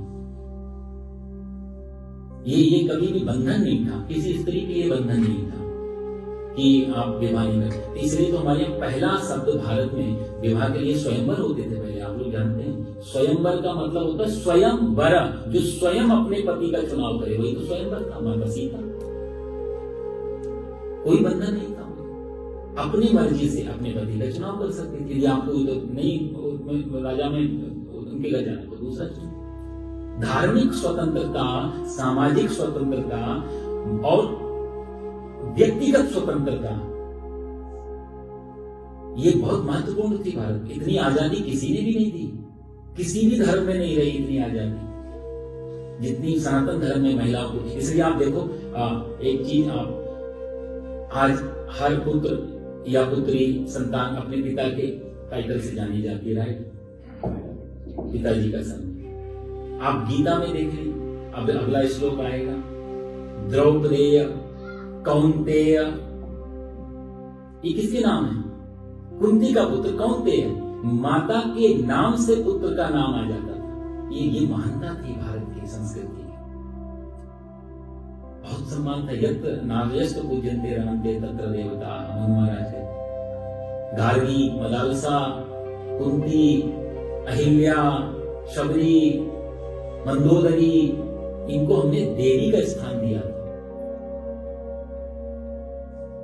तो खैर वो एक अलग टॉपिक है, बताना नहीं था। 4 वर्ण थे, तो चारों के कार्य निश्चित थे, और चारों का विवाह आदि निश्चित था। लेकिन धार्मिक और व्यक्तिगत स्वतंत्रता होने की वजह से कभी कभी कोई कन्या दूसरे वर्ण में चली जाती है, तो ब्राह्मण में शादी करेगा तो जो संतान होगी वो ब्राह्मण बनेगा, क्षत्रिय में जाएगा तो क्षत्रिय बनेगी। लेकिन कभी कभी ऐसा हो जाता था कि इंटर कम्युनिटी मैरिज हो जाती थी, तब फिर क्या उनकी संतान। तो कितना गहरा हमारे सनातन धर्म के ऋषियों ने निकाल के रखा कि कैसे व्यवस्था बनाई जाए। ब्राह्मण का जो कुछ संतान है वो तो ब्राह्मण है ही, पर यदि इंटर कम्युनिटी में चले जाए तब फिर उस संतान को हम कैसे रखेंगे, तो उसके लिए भी सुविधा थी। टॉपिक बहुत लंबा है, लेकिन मैं यहाँ पर संजय की बात आई इसलिए मैं आपको बताना चाह रहा हूँ सूत क्या होते हैं। तो ब्राह्मण का पुत्र और क्षत्रिय की कन्या, ये जब दोनों शादी करते हैं तो ब्राह्मण का पुत्र हो गया, क्षत्रिय की कन्या से जब विवाह होगा और तब जो संतान होगी उसको सूत कहा गया। और यदि क्षत्रिय का पुत्र है और ब्राह्मण की कन्या है तो उनसे जो संतान होगी उनको सारथी, जो सारथी होते थे ना, बड़े बड़े राजा महाराजा महारानी राजकुमार, इनके जो रथ चलाते थे, आजकल की भाषा में तो ड्राइवर बोलेंगे, पर वो ड्राइवर नहीं है। सारथी एक अलग पद था और बड़ा हाई लेवल का पद था। वो ढूंढना पड़ता था कि ऐसी विवाह कहाँ हुआ है, उसका संतान कहाँ है। तो उसमें ज्ञान, क्योंकि सारथी की बड़ी जिम्मेदारी है, फ्रंट पे बैठना है, सारे बाण उधर से आ रहे हैं, सारा अपने आप को भी बचाना है, अपने रथी को भी बचाना है, कब कहाँ रथ खड़ा करना है, कैसे क्या। तो सारथी कोई आसान चीज नहीं होती, बहुत बड़ा जॉब था उस सारथी का। तो उसके अंदर ब्राह्मण की कन्या होने से बुद्धि भी हो और क्षत्रिय का डीएनए होने से उसके अंदर पौरुष भी हो, घबराए भी नहीं हो, अपने आप को भी बचाए, तो वो एक सारथी के रूप में है। तो ये सूत जी, ये अभी सूत जी का टॉपिक था, इसलिए यहाँ तक मैंने बताया। फिर मैं आपको आगे जो आपके मन में रहा है, कोई क्वेश्चन आ रहे हैं, फिर मैं आगे क्लियर करूंगा। कहने का मतलब ये था, संजय एक प्रतिभावान व्यक्तित्व थे कि वो ब्राह्मण के डीएनए से आ रहे हैं, क्षत्रिय माता की कन्या से माता से आ रहे हैं, तो इनका युद्ध कौशल तो था ही, लेकिन इनके पास इंटेलिजेंस, इनका इंटेलेक्ट लेवल, इनका बौद्धिक क्षमता बहुत ज्यादा थी। इसलिए सूत जी को और दूसरा इनका काम क्या होता था, इनका काम, मुख्य सूत का काम रहता था पुराणों का अध्ययन करना। तो जितने भी पुराण हमारे 18 थे, इनको वो काम दिया। आप पुराण का अध्ययन करो, पुराण पे ही आप प्रवचन कर सकते हो। तो जितने भी पुराण है आपको सूची जरूर मिलेगी, लेकिन जब बात दूसरे शास्त्रों की, वेद की आ जाएगी और वहां सूची नहीं होगी, उसका अधिकार नहीं था। उसके पीछे भी अलग कारण थे, क्यों नहीं बोल सकते थे। तो पुराणा सूतः पुराणा आचार्य, पुराणों के आचार्य कौन है? बोला सूत जी। तो यहाँ सूत संजय जी हैं, वो सूत हैं, और उन्होंने कहते हैं कि जैसे ही उन्होंने देखा कि दुर्योधन के लिए, कि दुर्योधन ने देखा पांडवानीकम, पांडवों की सेना को, और आचार्य के पास गया और उसने ये वचन कहे। क्या वचन कहे वो आगे के श्लोक में, लेकिन यहाँ पर समझने की चीज ये है कि गीता में टोटल 700 श्लोक हैं, आपको मालूम होगा 18 अध्याय हैं। ये 2-4 चीजें तो आप जो मेन है जरूर आप नोट करके रखना दिमाग में। 18 अध्याय हैं, 700 श्लोक, 4 उवाच हैं, 4 लोग इसमें बात करेंगे, भगवान श्री कृष्ण, अर्जुन, धृतराष्ट्र और संजय। हालांकि धृतराष्ट्र का तो एक ही श्लोक है, धृतराष्ट्र ने एक ही बात पूछा है। संजय के जो है वो पूरी गीता में संजय का 41 उवाच है, 41 बार संजय ने बात की है। और अर्जुन के 84 टाइम अर्जुन के उवाच हैं, और बाकी बच गए कृष्ण के हैं 574। ये भगवान श्री कृष्ण के उवाच है। टोटल मिला के 700 श्लोक बन जाते हैं। तो इसमें संजय धृतराष्ट्र को कहता है कि दुर्योधन ने सेना को, अच्छा संजय पे भी जैसे हम बात कर रहे थे पहले दिन के, संजय के पास दिव्य दृष्टि है, व्यास जी की तरफ से मिली हुई है, दूर बैठ के ये आराम से देख सकता है। अच्छा जैसे अभी हमें टीवी या मोबाइल से या सब दूर दूर की चीजें हम लाइव देख सकते हैं, संजय के पास एक एक्स्ट्रा दृष्टि भी थी, एक एक्स्ट्रा पावर भी थी। व्यास जी ने ये भी कहा था कि सैनिक उस समय क्या सोच रहे हैं, वो क्या विचार कर रहे हैं, वो भी तू पता लगा पाएगा। मन की बात भी संजय सुन सकता था, जो मन में चल रहा है उस समय। इतना ये तो नहीं है टेक्नोलॉजी में अभी तक, और ये हो जाए तो बड़ी आफत भी हो जाएगी, क्योंकि भाई तन तो संभाल लिया, मन को कैसे संभालना, मन में तो बहुत कुछ वो उसको, इसको साइंस की भाषा में क्लियर वाइंस बोलते हैं, क्लियर वाइंट बोलते हैं, क्लियर ऑडियंस भी बोलते हैं, दूर दृष्टि, दिव्य दृष्टि, सूक्ष्म दृष्टि। अभी भी ये सारी सिद्धियां हैं। ये मतलब इनको थोड़ा सा मेहनत करके हमारे कुछ, मैं तो कई हरिद्वार में ऐसी जगह रहा जहाँ पर बड़े बड़े दिव्य महात्मा और बड़े विद्यार्थी जीवन में ऐसे कई संतों से मिलना हुआ, जिनके पास बैठ के ऐसा अनुभव हुआ कि इनके पास कुछ, पर कभी वो प्रयोग नहीं करते, क्योंकि बोलती है ना भटकाने वाली चीजें होती है, इनको पचा, जैसे मैंने कहा संपत्ति को पचाना मुश्किल है, ऐसी सिद्धियों को भी पचाना बड़ा मुश्किल है। कोई आ गई, आपके मान लीजिए सिद्धि आ जाए, उड़ सकते हो, तो आप बैठे रहोगे, क्यों फ्लाइट का किराया नहीं, सारा मामला ही बिगाड़ दें। तो कोई भी सिद्धि का आप सोच के देखना, कोई भी सिद्धि, कोई भी पावर आने के बाद में आप उसका प्रयोग नहीं करेंगे, बहुत मुश्किल, आज नहीं कल उसका विनाश होगा। इसलिए सिद्धियां बड़ी मुश्किल से और बड़ा कैपेबल होने पर ही ये देवता लोग देते हैं, उनको लग जाता है कि आप इसको बचा लोगे।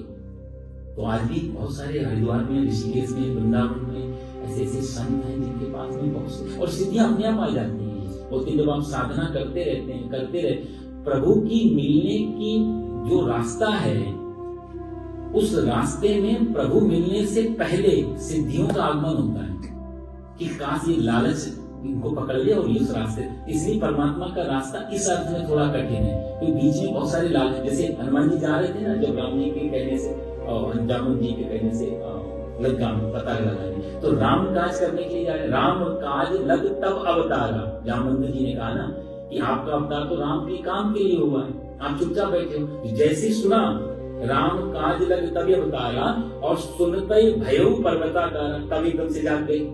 और जब वहां से जंप लगाई है तो सबसे पहले कौन मिला? मैना। और मैना कौन है? सोने का पर्वत, सुवर्ण, पहले नंबर। कितना सिंबॉलिक है ये सुंदरकांड। ये सुंदरकांड भी बड़ा अद्भुत है। पहले सबसे पहले सोना है तो सुवर्ण आ रहा है एक लालच, लेकिन उन्होंने क्या किया, सुवर्ण का अपमान नहीं किया हनुमान जी ने कि नहीं चाहिए। कई लोग ऐसे होते हैं ना, लक्ष्मी पैसा तो हाथ का मैल है। अरे भाई हाथ का मैल, ये लक्ष्मी है, विष्णु की पत्नी है, ये कहना लक्ष्मी का अपमान होता है। बहुत सारे तरीके हैं उनसे हम प्रयोग कर सकते हैं धन का। तो धन का अपमान भी नहीं और पकड़ धृतराष्ट्र भी नहीं, पकड़ के भी नहीं बैठना। तो हनुमान जी कितना सुंदर वहां पर अपना चरित्र निभा रहे हैं कि वो ना तो वहां बैठे, राम काज कीने बिनु मोहि कहां विश्राम, मैं तो विश्राम तो नहीं कर सकता हूं, लेकिन आप आए हो तो सम्मान जरूर है, तो टच करके प्रणाम करके चलिए आगे। नहीं तो दो तरीके के लोग होते हैं ना, एक होते हैं जो जिनसे छूटता नहीं है, जो छोड़ ही नहीं सकते, और एक होते हैं जो छूते नहीं है। दो तरीके के लोग मिलेंगे आप दुनिया में, एक छूते नहीं पैसे को और एक छोड़ते नहीं। दोनों ही एक्सट्रीम है भाई। बिना पैसे को छुए आपका व्यवहार कैसे हो? आप जो खाना खा रहे हैं उसका सोर्स कहां से? पैसा, धन। आप कपड़े पहन रहे हो, आप किसी घर में रह रहे हैं, आप कुछ तो यूज कर रहे हैं, जो भी यूज कर रहे हैं वो सब धन का ही रूप है, सब लक्ष्मी का रूप है। और लक्ष्मी के तो अनंत रूप है। आप श्री सूक्त में देखें, क्षुद्ध पिपासा मलाम ज्येष्ठाम अलक्ष्मी नास्याम्यहम हिरण्य वर्णाम हरिणीम सुवर्ण रजतस्त्रजाम चंद्राम हिरण्यमयीम लक्ष्मीम जात वेदो मा आवाह। लक्ष्मी के जितने स्वरूप बता, ये हवा, ये पानी, ये प्रकाश, ये ऑक्सीजन, ये भी तो लक्ष्मी का। आप कहां लक्ष्मी को छोड़ दोगे? तो हमारे महापुरुषों ने लक्ष्मी का निंदा नहीं की, सही में त्यागी, वो निंदा नहीं करता। निंदा करने का भी मतलब ये होता है कि आपसे हमें फर्क पड़ता है, तभी हम आपकी बुराई कर रहे हैं। तो ना तो वो छूने से उनको परहेज है और ना छोड़ने से परहेज है। दोनों में वो अपना जो काम चल जाए उतना ही कर लेते। एक लाला जी बैठे थे ट्रेन में, एक साधु महात्मा आए, बड़ा सा बैग लेकर के रख दिया। तो सेठ जी बोले, अब सेठ जी ने देखा इतना बड़ा बैग है तो बड़बड़ाने लगे, देखो आजकल महात्माओं का कितना सामान लेके जाते हैं, इतना सामान है, ये कोई महात्मा है इतना संग्रह? अरे महात्माओं को तो त्यागी होना चाहिए, ये कैसे बड़बड़ाते रहे। महात्मा जी भी चुपचाप बेचारे सुनते रहे, कोई बात नहीं। फिर ट्रेन चली वहां से, तो महात्मा जी ने कुछ बातचीत शुरू कर दी। अब धीरे धीरे बातचीत हुई तो थोड़ा नामानामी हो गई। अगला स्टेशन पे जब ट्रेन रुकी तो महात्मा जी बोले, चलो सेठ जी थोड़ा बाहर पैर थोड़ा फरारी कर लेते हैं, घूम के आ जाते। बाहर उतर के पानी वानी पिया, एक बेंच पे जाके बैठे। आप बेंच पे बैठ गए तो थोड़ी देर के बाद ट्रेन चलने लगी। तो सेठ जी बोले, महाराज जी वो ट्रेन जा रही है।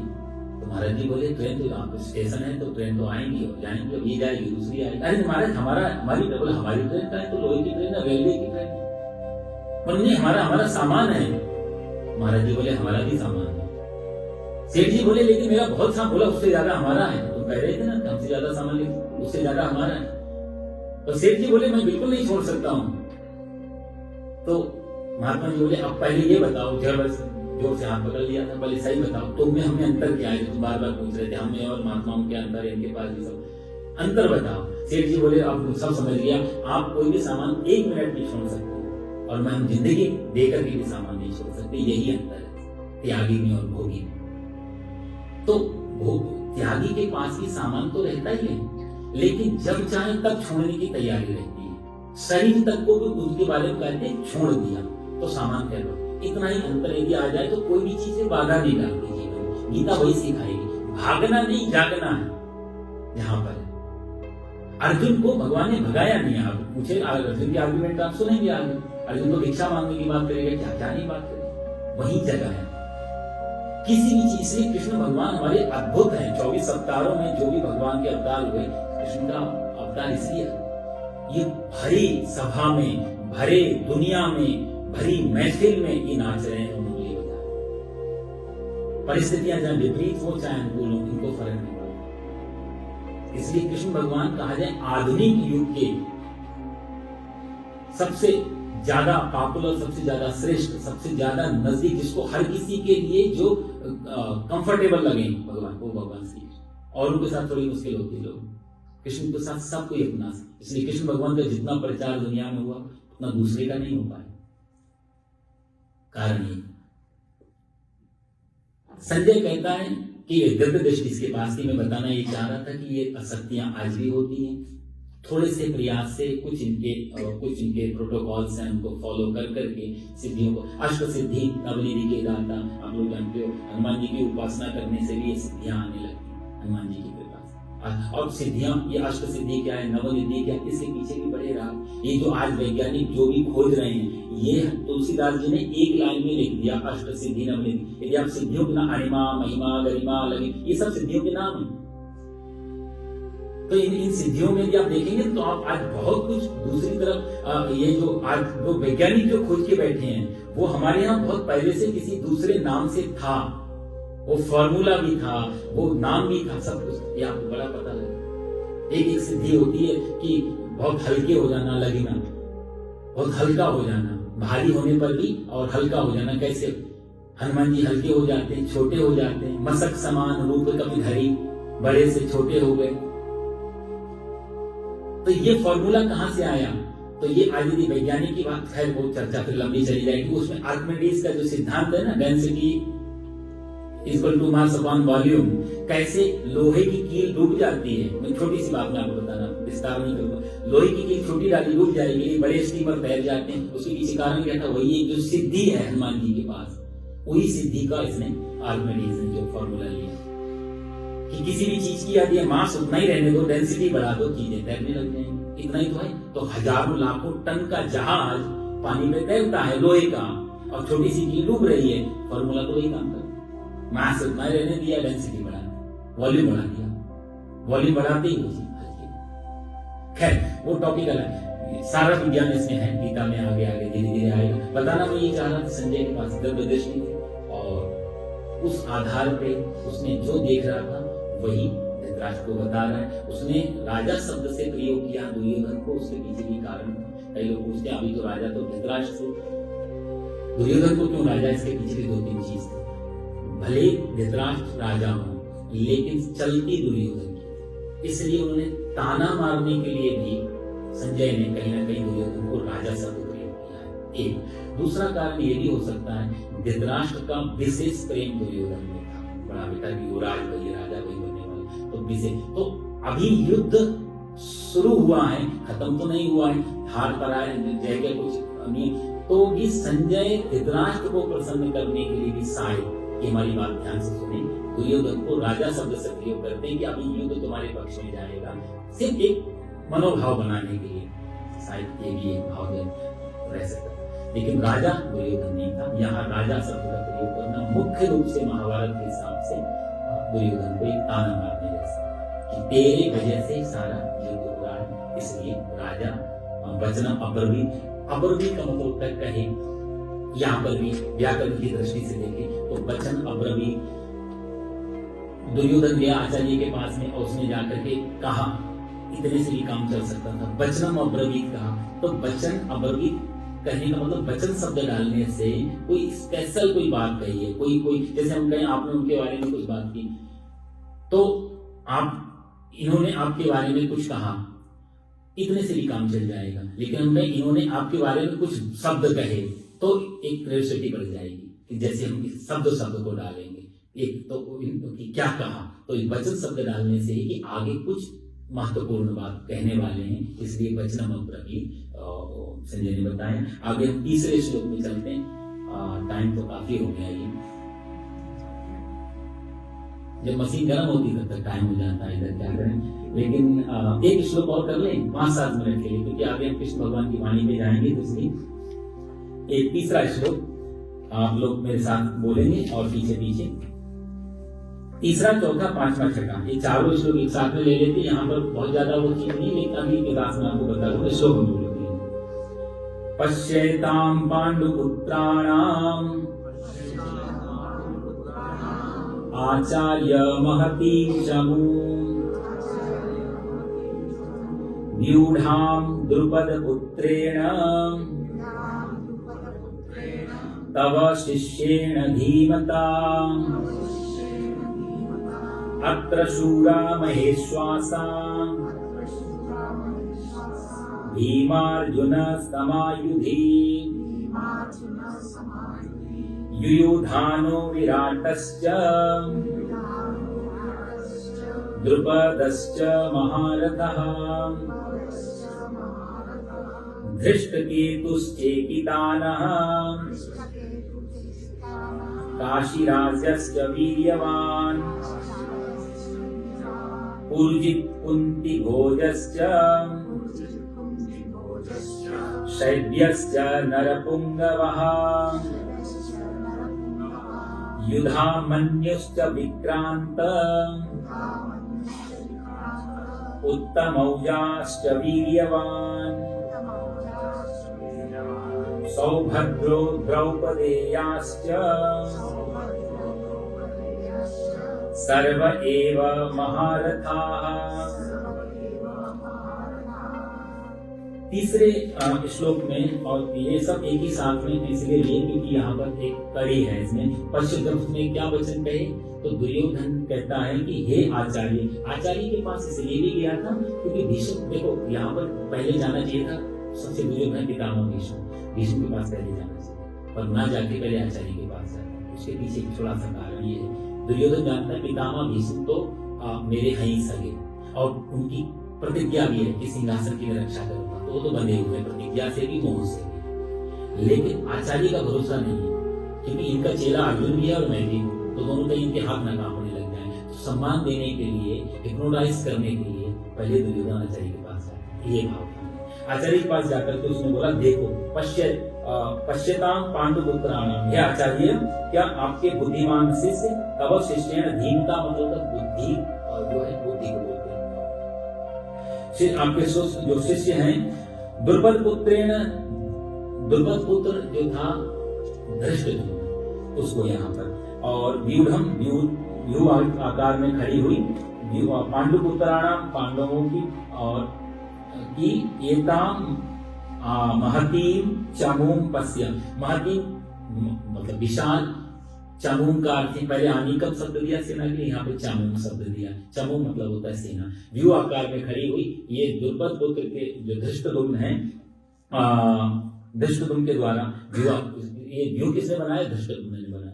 इसके आकार खड़ी सेना को आप देखो। अत्रसूरा महेश्वासा भीमार्जुन समायुधि, इन सब के नाम लिए युधानो विराटस्य द्रुपदस्य महारथा धृष्टकेतुस्य काशीराजस्य, ये सब के नाम योद्धाओं के दुर्योधन लेकर सारी लिस्ट है उसमें। अच्छा, इसके पीछे जो मेन भाव था वो मैं आपको बता दूं। यहाँ पर पहले आचार्य के पास क्यों गया ये आपको बताया। बात किसके बारे में कर रहा है ये कि पश्यताम, पश्य शब्द होता है देखने का, ये देखो।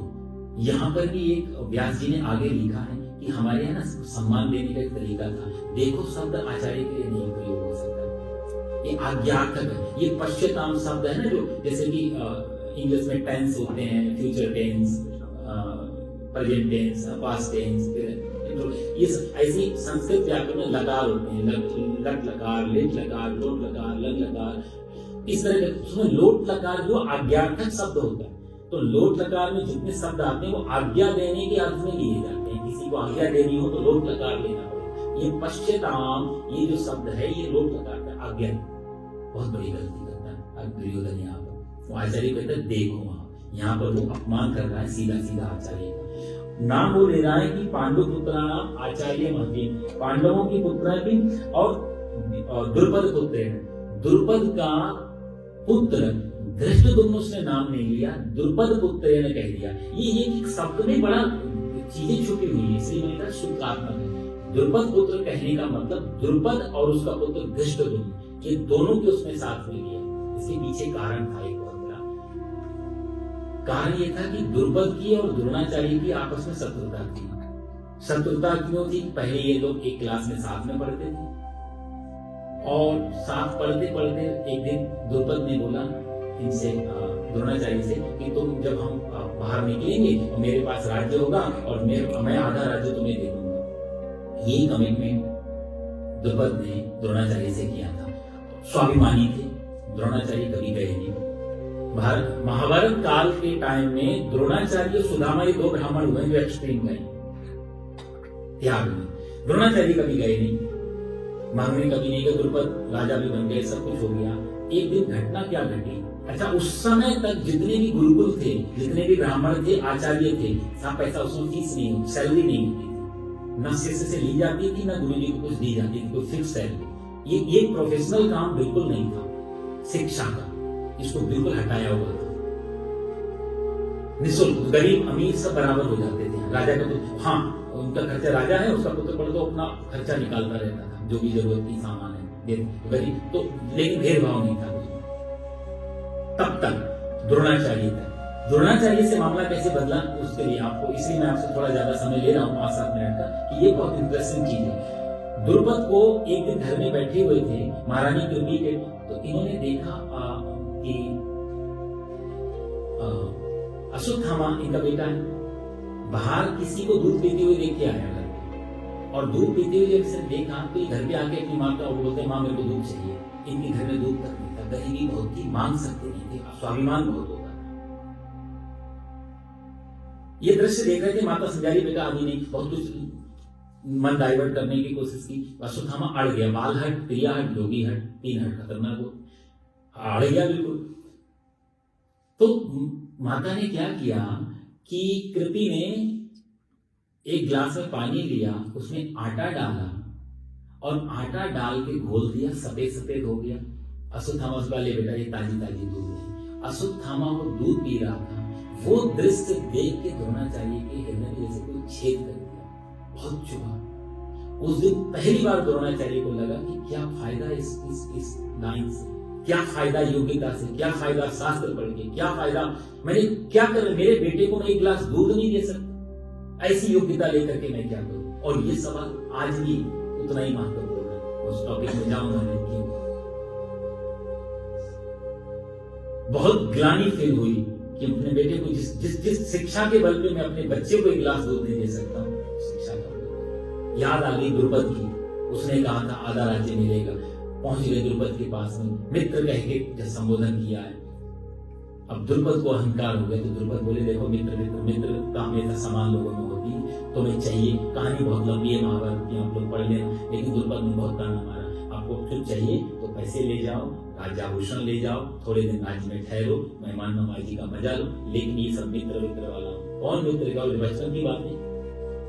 आचार्य को बहुत चुप गई ये बात, और द्रुपद से कहा कि मुझे कुछ नहीं चाहिए, क्षमा, हाथ जोड़ करके वहां से तो वापस आ गए। रास्ते में सीधा ये जो गुड़गांव है, जिसका नाम गुरुग्राम हुआ है, वही तो द्रोणाचार्य की भूमि थी, इसलिए उसका नाम गुरुग्राम। तो गुरुग्राम में ये घूम टहल रहे थे, उसी समय कौरवों के, पांडवों के ये सारे बच्चे खेल रहे थे, बॉल चली गई कुएं में, कुएं से निकल नहीं रही थी, तो द्रोणाचार्य ने बाण मार के एक के ऊपर एक रस्सी बना करके बॉल खींच ली। इस घटना को राजकुमारों ने जाकर के पितामह भीष्म को बताया है। पितामह भीष्म बोले, ये हो ना हो द्रोणाचार्य होने चाहिए, इतने बड़े गुरु की मुझे तलाश थी। तुरंत जाकर के द्रोणाचार्य से कहा कि आप हमारे बच्चों को ये विद्या सिखा दो, धनुर्विद्या, ये सब विद्याएं, उसके बदले में हम आपको राज्याश्रय देंगे, आप हमारे राज्य में रहो और ये आपके सारा खर्चा राज्य उठाएगा। आप पढ़ लेना। इससे पहले कभी भी किसी ब्राह्मण ने, चाहे संदीपनी हो और चाहे दूसरे आचार्य रहे हो, किसी ने भी एज ए पेड टीचर नौकरी नहीं की जैसे द्रोणाचार्य ने कहा। ये पहली बार the first paid teacher Dronacharya, जिन्होंने राज्याश्रय, जो नहीं तो गुरुकुल में बच्चे आते थे यूजुअली, ये तो गुरुकुल में जाते, लेकिन द्रोणाचार्य राज्य में जाकर के उनके घर में वहां रह करके, और फिर जब अर्जुन को सिखा दिया, अर्जुन को फिर भेजा, अर्जुन बोला, सबसे बोला कि गुरु दक्षिणा क्या दोगे, तो कोई बोला नहीं, और तो सहम गए।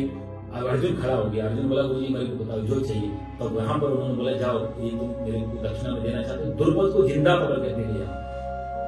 तो द्रुपद को लड़ाई बड़ाई की है, सब आप जानते हैं, वहां से द्रुपद को जिंदा पकड़ा, द्रोणाचार्य के चरणों में लाके रख दिया। अब तब द्रोणाचार्य ने बोला, बता तेरा मैं क्या करूं, मार दिया जाए कि छोड़ दिया जाए, क्योंकि अब मेरे अंडर में तेरा राज्य तो सब कुछ, तो मेरे को उस दिन इतने ताने मार रहा था, अब बताओ क्या हो, कौन बड़ा है कौन छोटा है।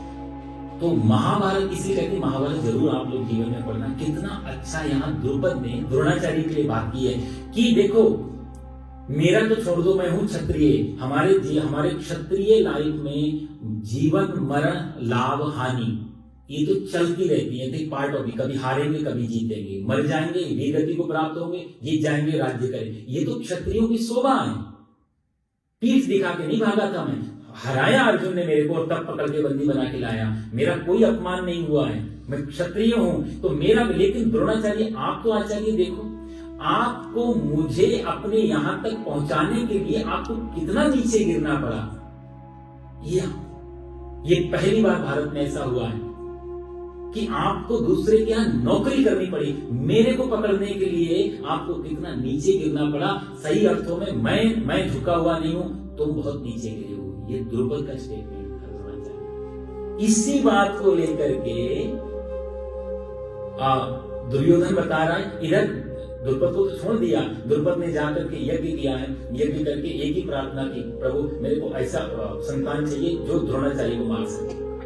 3 संतान पैदा हुई हैं, पहली द्रौपदी थी, दूसरा धृष्टद्युम्न था और तीसरा जो है वो शिखंडी हुआ। ये तीनों ही कहीं ना कहीं डायरेक्टली इनडायरेक्टली द्रोणाचार्य को मारने के लिए ये सबसे बड़े यही निमित्त बने। यदि आप देखेंगे द्रोणाचार्य और द्रौपदी धृष्टद्युम्न, क्योंकि इसका सिर तो धृष्टद्युम्न ने काटा था ना द्रोणाचार्य का। तीनों के तीनों द्रोणाचार्य को मारने में सबसे बड़े निमित्त ये इनके द्रौपद महाराज के ये बने थे। तो इसीलिए और धृष्टद्युम्न को, अच्छा ये भी कला देखो आप और सम्मान देखो, भारतीय संस्कृति का स्वरूप क्या है। द्रुपद का जब पुत्र हुआ धृष्टद्युम्न, तो इसको पढ़ने की विद्या सीखने के लिए द्रोणाचार्य के पास भेज रहा है। और द्रोणाचार्य को मालूम है कि राजा ने यज्ञ किया है, यज्ञ से तीनों बच्चे निकले हैं और कामना थी मेरे को मारने के लिए। लेकिन जब दरवाजे पे आ गया और शिष्यत्व स्वीकार कर लिया, तो द्रोणाचार्य ने फिर कोई कंजूसी नहीं, विद्या सारी सिखाई उसे। मालूम होती होगी कितनी सुंदरता रही होगी उसमें मानव जाति, इन सब चीज व्यवहार की। द्रोणाचार्य को मालूम था ये मेरी मृत्यु का एक कारण है, लेकिन फिर भी यदि तू आ गया है मांगने, तो ब्राह्मण इसका कर्तव्य है आचार्य का कि विद्या से वंचित न रह जाए मेरी वजह से कोई। ये चीज हर प्रोफेशनल लाइफ में ये सीख सकते हैं। एक डॉक्टर के पास ये कर्तव्य है, यदि कोई मरीज आ गया तो उतना काफी है, फिर आगे की सब चीजें बाद में देखी जाएगी, पहले इसकी जान बचनी चाहिए। हर क्षेत्र में ये चीजें अपना ली जाए कि हम बाकी चीजों को साइड पर एक कार्य हो जाए आपका, फिर देखेंगे। ये द्रोणाचार्य सीखने जाए तो धृष्टद्युम्न को सिखाया, सिखा करके वापस गया। आज दुर्योधन जो सबसे पहला नाम ले रहा है इसमें, व्यूढ़म द्रुपद पुत्रेण तव शिष्येन धीमता, आपका शिष्य है, द्रुपद का पुत्र है। मतलब दोनों बातें उसने इनडायरेक्टली कह दी कि द्रुपद आपका पुराना शत्रु याद कर लेना, और उसका पुत्र आपकी मृत्यु का कारण, वो भी आप याद, आपके हाथ ना कांप जाए क्योंकि आप आचार्य हो। धृष्टद्युम्न को आप शिक्षा दे सकते हो, तो महाभारत में अर्जुन पे बाण चलाते समय तुम्हारे हाथ कांप सकते हैं। इसको डाउट था दुर्योधन को, तो ये पक्षपात ना हो जाए, इसलिए वो पहले कितने गहराई से उसने इसको, जिन पात्रों को इकट्ठा किया है शुरू में, कि दुर्योधन और द्रोणाचार्य के अंदर शत्रुता भरी जाए, एक शूरवीरता आ जाए, कहीं उनके हाथ ना कांपने लगे, मन में भेद ना आ जाए, इसलिए उसने उनके नाम लिए। अतशूला महेश्वासा भीमार्जुन सम, बहुत बड़े महेश्वास बोलते हैं, हम बड़े बड़े धनुष से आने वाले जो प्रतिज्ञा खींचते हैं ना, उसको महेश्वास बोलते हैं। महेश्वासा भीम और अर्जुन के समान बड़े बड़े शूरवीर इकट्ठे हुए। भीम का नाम भी ये पहले लेता है अर्जुन के बाद, क्योंकि दुर्योधन को डर उतना अर्जुन से नहीं था जितना भीम से था। क्योंकि दुर्योधन मान के चलता था कि अर्जुन इमोशनल है, और कई बार ऐसा लगा, धृतराष्ट्र को भी लगा कि अर्जुन शायद गिर जाएगा, लेकिन भीम पे सबको था। तो भीम का था कि बुद्धि कम बल ज्यादा लगाते थे, तो दुर्योधन को सबसे ज्यादा खतरा भीम से था। और उसको ये भी मालूम था महाभारत का युग टिकेगा तो भीम पे टिकेगा, अर्जुन पे नहीं, अर्जुन भाग सकता है, ये दुर्योधन को भी मालूम था। ये सारा टिकेगा तो भीम पे टिकने वाला, क्योंकि कम बुद्धि का और ज्यादा बल खतरनाक हो जाएगा। हालांकि भीम का ऐसा नहीं था, लेकिन दुर्योधन के पॉइंट ऑफ व्यू से, तो इसलिए भीम को लेके, और भीम प्रतिज्ञा भी कर चुके थे। जब वो बाई जगह को दिखा रहा था द्रौपदी को, बैठ, उसी समय उन्होंने खड़े होकर कहा, क्योंकि भीम को बिल्कुल बर्दाश्त नहीं था नारी का अपना। और महाभारत में कई बार उन्होंने ये बात दोहराई, तो उन्होंने बोला जिस जगह को तो दिखा रहा है, इसी को तोड़ के इसी के खून से उसके बाद दूंगा। तो दुर्योधन को वो भी खतरा था कि इसने प्रतिज्ञा ले, तो ये सारा मामला, सब लोग भी भागे तो भीम अब नहीं भागेगा। तो भीम अर्जुन समायुधि, इन सबके इसलिए उसने भीम का नाम पहले लिया अर्जुन से, उसके पीछे भी कारण थे, और बाकी उसने सबके नाम युयुधानो विराटस्य, युयुधान जो था उसका एक नाम सात्यकी भी था, अर्जुन का शिष्य था। तो बोला जैसे अर्जुन का सिखाया हुआ शिष्य अर्जुन की तरफ है, तुम्हारा शिष्य धृष्टद्युम्न तुम्हारे विपक्ष में है। आप समझ रहे हैं ना, अर्जुन ने उसको सात्विकी को सिखाया तो उसको गुरु जी के साथ लगा, पर धृष्टद्युम्न को तुम्हारे साथ आना चाहिए था, वो विपक्ष में लगा। इस सारे नामों के पीछे और कुछ नहीं, सब वही साइकोलॉजी तरीके से तैयार करना था। ये सारे धृष्टकेतु से काशी राजस के वीरवान, इनसे भी पंगा था। पुरुजित कुंती भोजस का, ये पुरुजित नाम के ये कुंती के भाई वगैरह हैं। युधामन्युष्ट विक्रांत, उत्तम औजा से वीरवान, या सौभद्र बोलते हैं, सुभद्रा का पुत्र जो अभिमन्यु था। द्रौपदी के पांचों बेटे, इन सबके उसने लिस्ट नाम लिए और इनके पीछे कोई ना कोई छोटे छोटे कारण थे जिससे द्रोणाचार्य को उकसाया जा सके, युद्ध के लिए तैयार किया, निष्पक्ष रूप से युद्ध कर पाए एज ए वीर, और कोई हाथ उनके कांपे नहीं। इसलिए अगली बार वो श्लोक अपनी सेना के बारे में बताएगा। यहाँ पे एक लाइन और आपको बताऊं, ये सब तारीफ कर रहा है, बुराइयां नहीं कर रहा है। यहाँ पर जो दिख रहा है, बड़े बड़े वीर हैं, बड़े बड़े धनुष चढ़ाने वाले हैं और बड़े बड़े योद्धा हैं, यहाँ उसने सब अच्छे शब्द प्रयोग किए हैं। उसके पीछे भी एक कारण है। और दुर्योधन कुछ भी सही, पर शत्रु की प्रशंसा से यदि वो बात शुरू करता है, इसका मतलब वो हीन व्यक्ति नहीं है। अक्सर हीन व्यक्ति जो इंफ्रारेटी कॉम्प्लेक्स से पीड़ित होते हैं, वो कभी भी आप युद्ध में देखेंगे तो सामने वाले की निंदा से बात शुरू होती है कि सामने वाला ये बुरा इसलिए मारा, ये उसकी कमजोरी से बात शुरू होती है। बड़े बड़े युद्ध हो चाहे छोटी सी कोई भी चीज हो, आप देख लेंगे, क्योंकि सामने वाली की निंदा से। लेकिन यहाँ दुर्योधन सामने वाले की तारीफ से बात शुरू कर, इसका अर्थ है कि दुर्योधन अभिमानी है, क्रोधी है, लेकिन इंफीरियरिटी कॉम्प्लेक्स से पीड़ित व्यक्ति बिल्कुल नहीं है, तो स्वाभिमानी है, क्योंकि सामने वाले की तारीफ वही कर सकता है जिसके अंदर हीन भावना नहीं है। हीन भावना आने से सामने वाले को डाउन करते ही हम कहीं ना कहीं अपने आप को ऊपर ले जाते हैं। जैसे अकबर ने कहा बीरबल से, ये लाइन छुओ मत, छोटी कर दो, एक बगल में बड़ी लाइन, बस उतना ही अंतर पड़ता है। यदि सामने वाले को छोटा करना है या हमको अपने आप को बड़ा करना है। दुर्योधन यहाँ अपने आप को छोटा या बड़े की महत्वपूर्ण, सामने वाले को बड़ा कर रहा है, फिर वो अपने बारे में बताएगा। हीन व्यक्ति बिल्कुल नहीं, स्वाभिमानी बहुत। दुर्योधन उसके बारे में भी बड़ी महाभारत में बहुत कुछ लिखा हुआ। खैर थोड़ा सा लेट हुए, कोशिश करूंगा अगली बार से राइट टाइम समाप्त करूं, लेकिन प्रसंग कुछ एक दूसरे से जुड़े हुए थे, इसलिए मुझे खींचना पड़ा ये आगे को। आगे फिर वो अपनी सेना के बारे में बताएगा। आप लोग प्लीज टाइम से पढ़ाने का प्रयास करना। कोई क्वेश्चन वगैरह हो तो आप शुरू में भी दे सकते हैं, मन में कुछ ऐसा आता है। और देखो ठाकुर जी कब तक ही चलाते हैं। पहला अध्याय समाप्त करने के बाद थोड़ा रिव्यू कर लेंगे कि आगे बढ़ाना है नहीं बढ़ाना है, या कुछ और आपको समझ में नहीं आ रहा, कुछ और कोई भी फेरबदल कुछ अपडेट करना हो तो आप सजेस्ट कर सकते हैं। ओम पूर्णमदः पूर्णमिदं पूर्णात् पूर्णमुदच्यते पूर्णस्य पूर्णमादाय पूर्णमेवावशिष्यते। सर्वे भवन्तु सुखिनः, सर्वे सन्तु निरामयाः, सर्वे भद्राणि पश्यन्तु मा कश्चित् दुःखभाग् भवेत्। ओम शांति शांति सुशांति। बोलो सच्चिदानंद भगवान की, गीता माता की जय। परित्राणाय